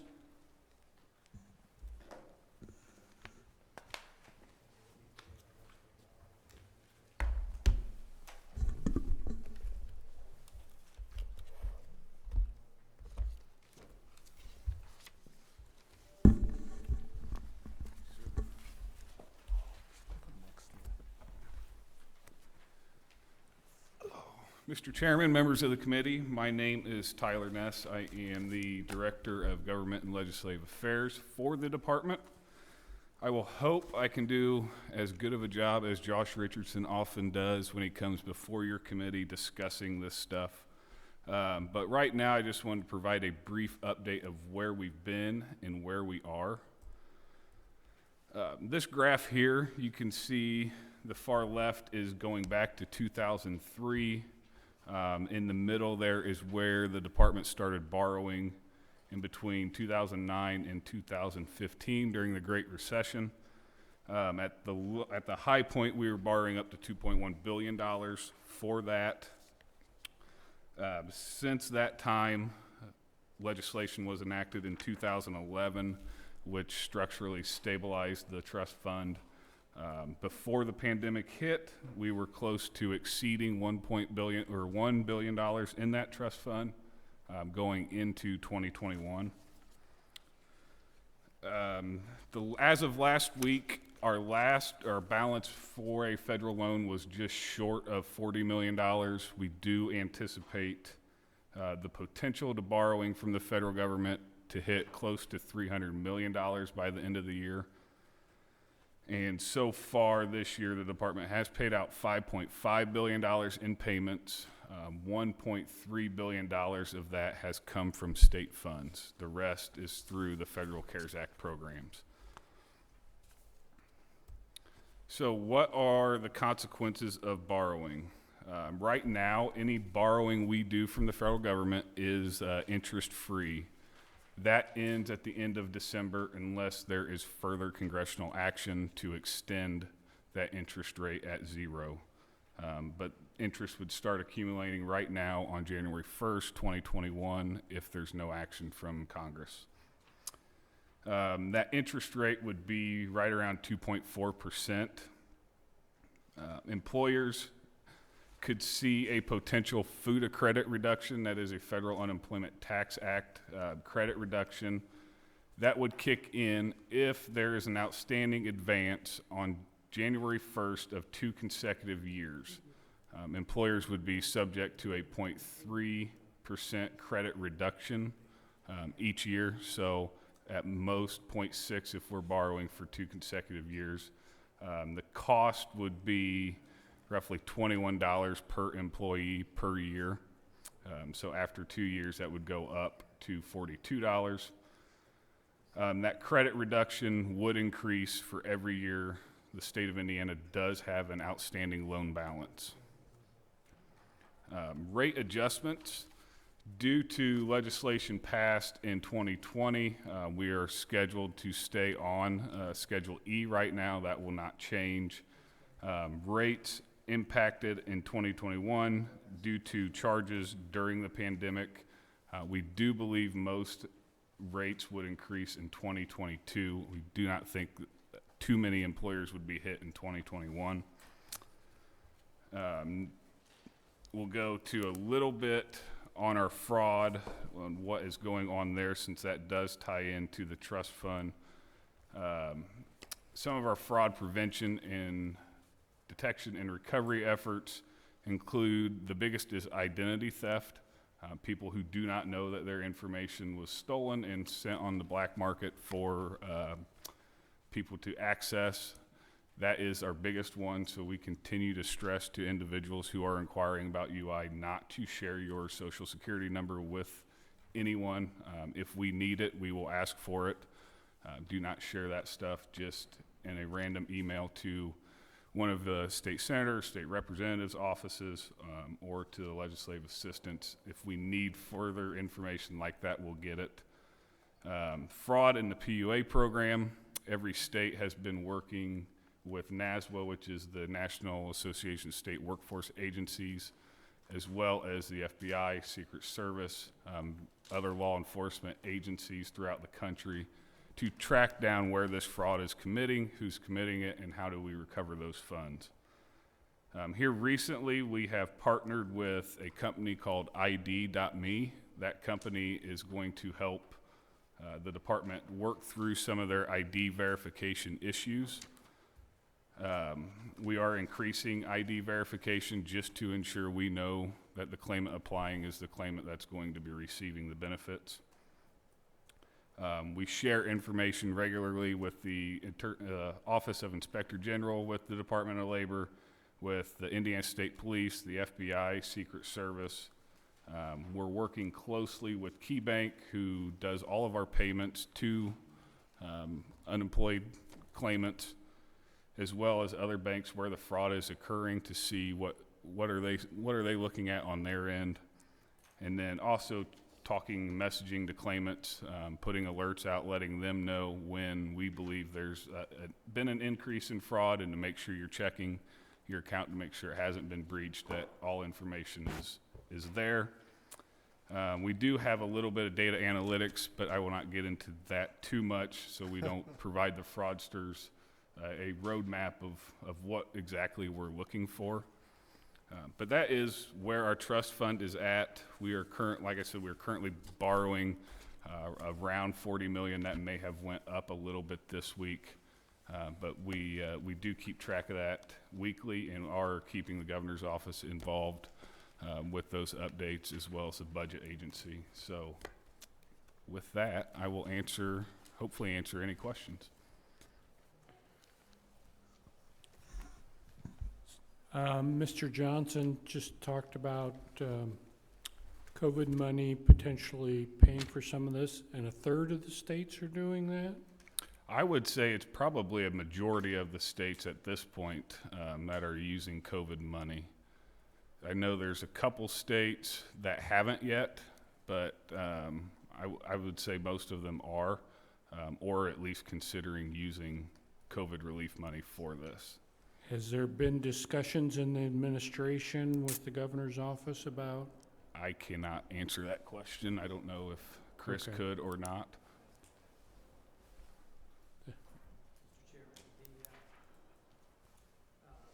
We have discussed it along with all the other eligible costs that we think might be, occurring between now and the end of the year. But, as Tyler mentioned, one of the things that I think is important is it's interest-free. Right now, I mean, we're having to borrow, but it's interest-free until the end of the year, but that changes. And so that might be one target that we're looking at as far as using those funds to meet those obligations. Okay, thank you. Senator Taylor? Thank you, Mr. Chairman. I want to go back to this fraud discussion. I have been contacted by several of my constituents about their identity being stolen. The question I have for you is, what is the process for them to get their unemployment benefits? Because what's happening is you guys have to go through an investigation. Correct me if I'm wrong, if we go wrong here. Once it is determined that the money was actually taken, this constituent has told me it's been 2 months, 8 weeks, and they still haven't received. I would have to see what else is going on with that account before I could. No, I'm not asking about the what account. What's the exactly is going on. process for them to get reimbursed? I mean, is it left up to them to prove that their identity was stolen? Or do you guys go through that verification process and then, and once you find out that there's been identity fraud, how long does it take you to get the benefits to the recipient? Well, if there's theft, ID theft that occurs and payments have already went out the door, it would depend on how long it takes us to recover those payments. So if we can't recover those payments for a year or two, then that claimant will not get reissued those payments that were stolen due to a breach of their account. Whoa, wait a minute. I think what I hear you saying is they have to wait for you to actually collect those funds to get funds that were actually due to them? If payments have released and there was an issue with multiple weeks or something of that nature, if it's strictly ID theft and they haven't received any payment yet, then their account remains revoked until we can clarify who's filing that claim and what steps does the claimant need to address to get that claim reopened. Because we have seen some claims filed not by the actual claimant. In most cases, benefits aren't going out in that case because we've caught it. Okay, but what if the benefits have gone out? I think what I heard you say is that if someone's ID has been stolen, or identification, whatever, information, and they actually, the payment went out, they have to wait until you collect from the person who stole the money to get reimbursed. That is my understanding. I can follow up with you on that.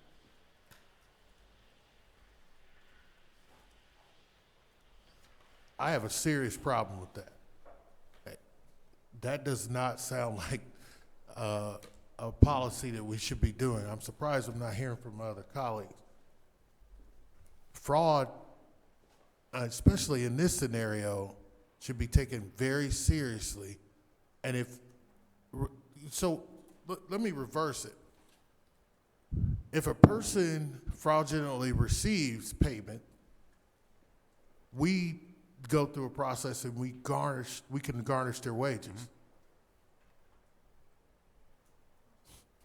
Okay. If we catch them. Right, well, yeah, and that's the other thing. But if a person who was actually given benefits through this COVID situation, I think we need to have an exception to the rule. If that's the policy we have, we need to have an exception because these people, through no fault of their own, have been unemployed.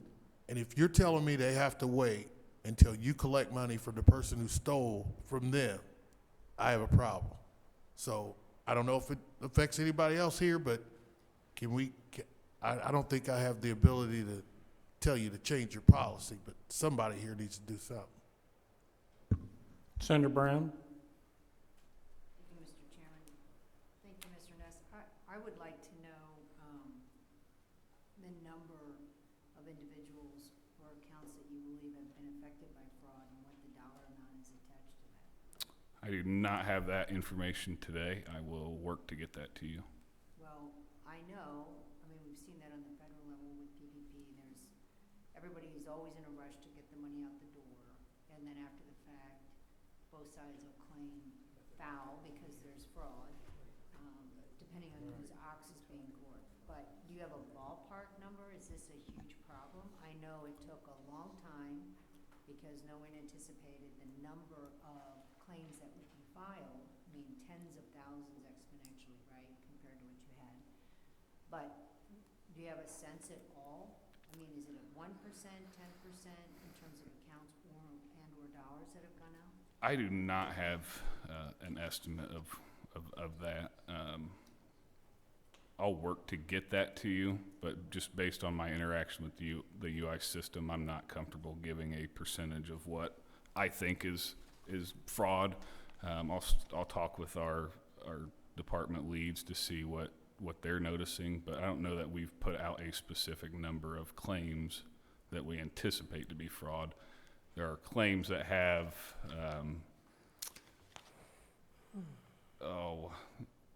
descriptions that fit what is potentially fraud that get flagged. That doesn't mean it's necessarily fraud.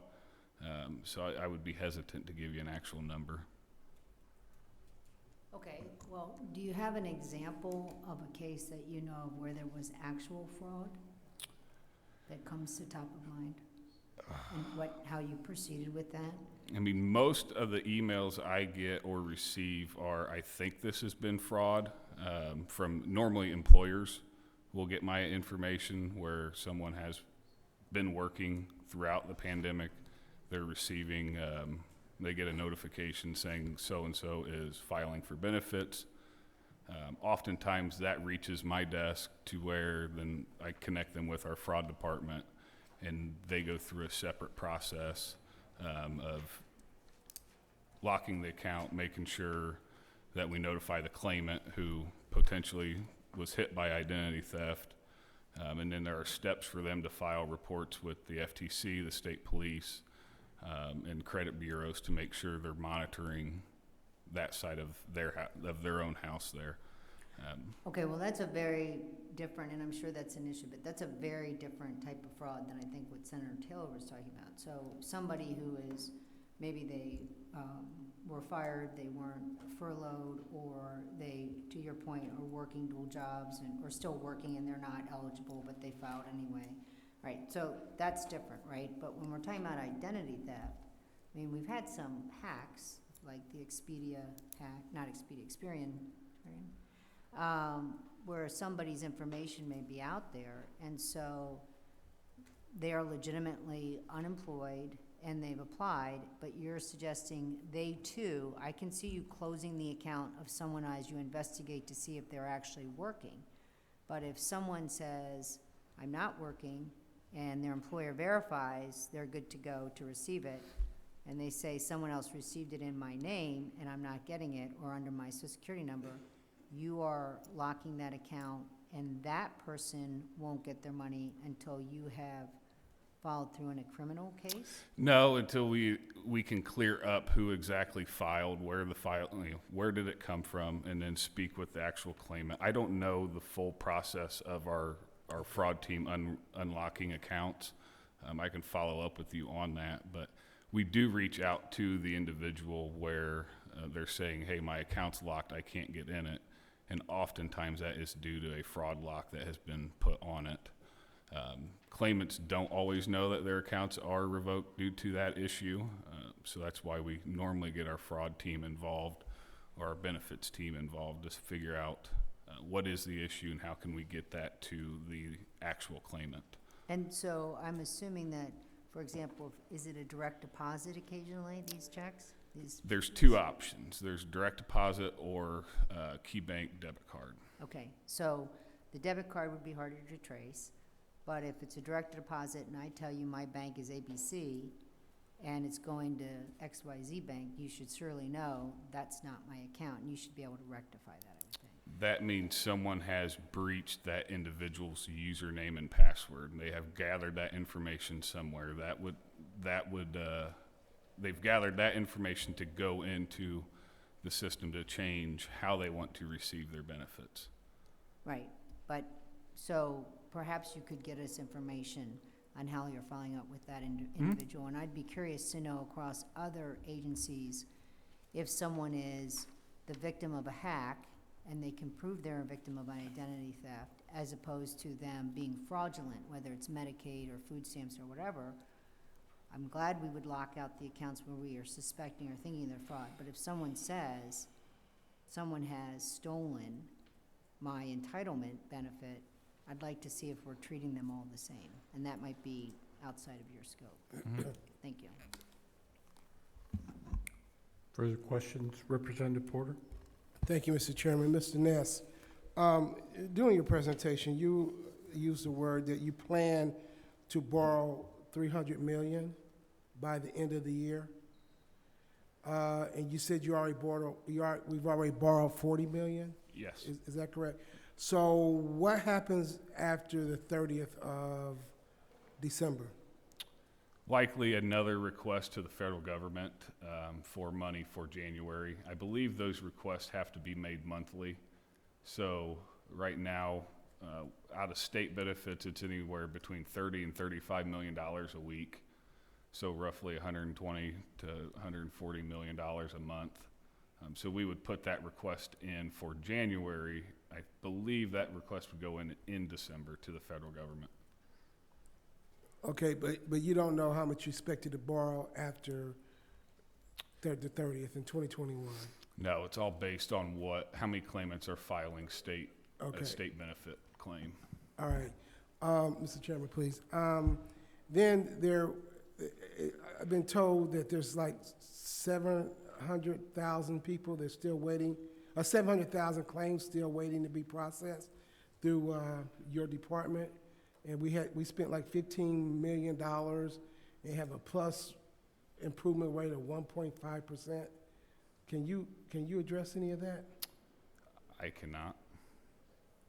I don't know what that's referring to. Unemployment claims. But that $15 million, what's that referring to? Well, I remember hearing through the governor, through his weekly press, whatever's, and the department, WD, the unemployment guy got up and said, the commissioner got up and said, we have $15 million that we're utilizing to better serve and process unemployment issues. And then to my understanding, doing my research, found out that we spent $15 million for improvements, but through those improvements, we only have like 1.5% variable plus improvements, in regards to improvements.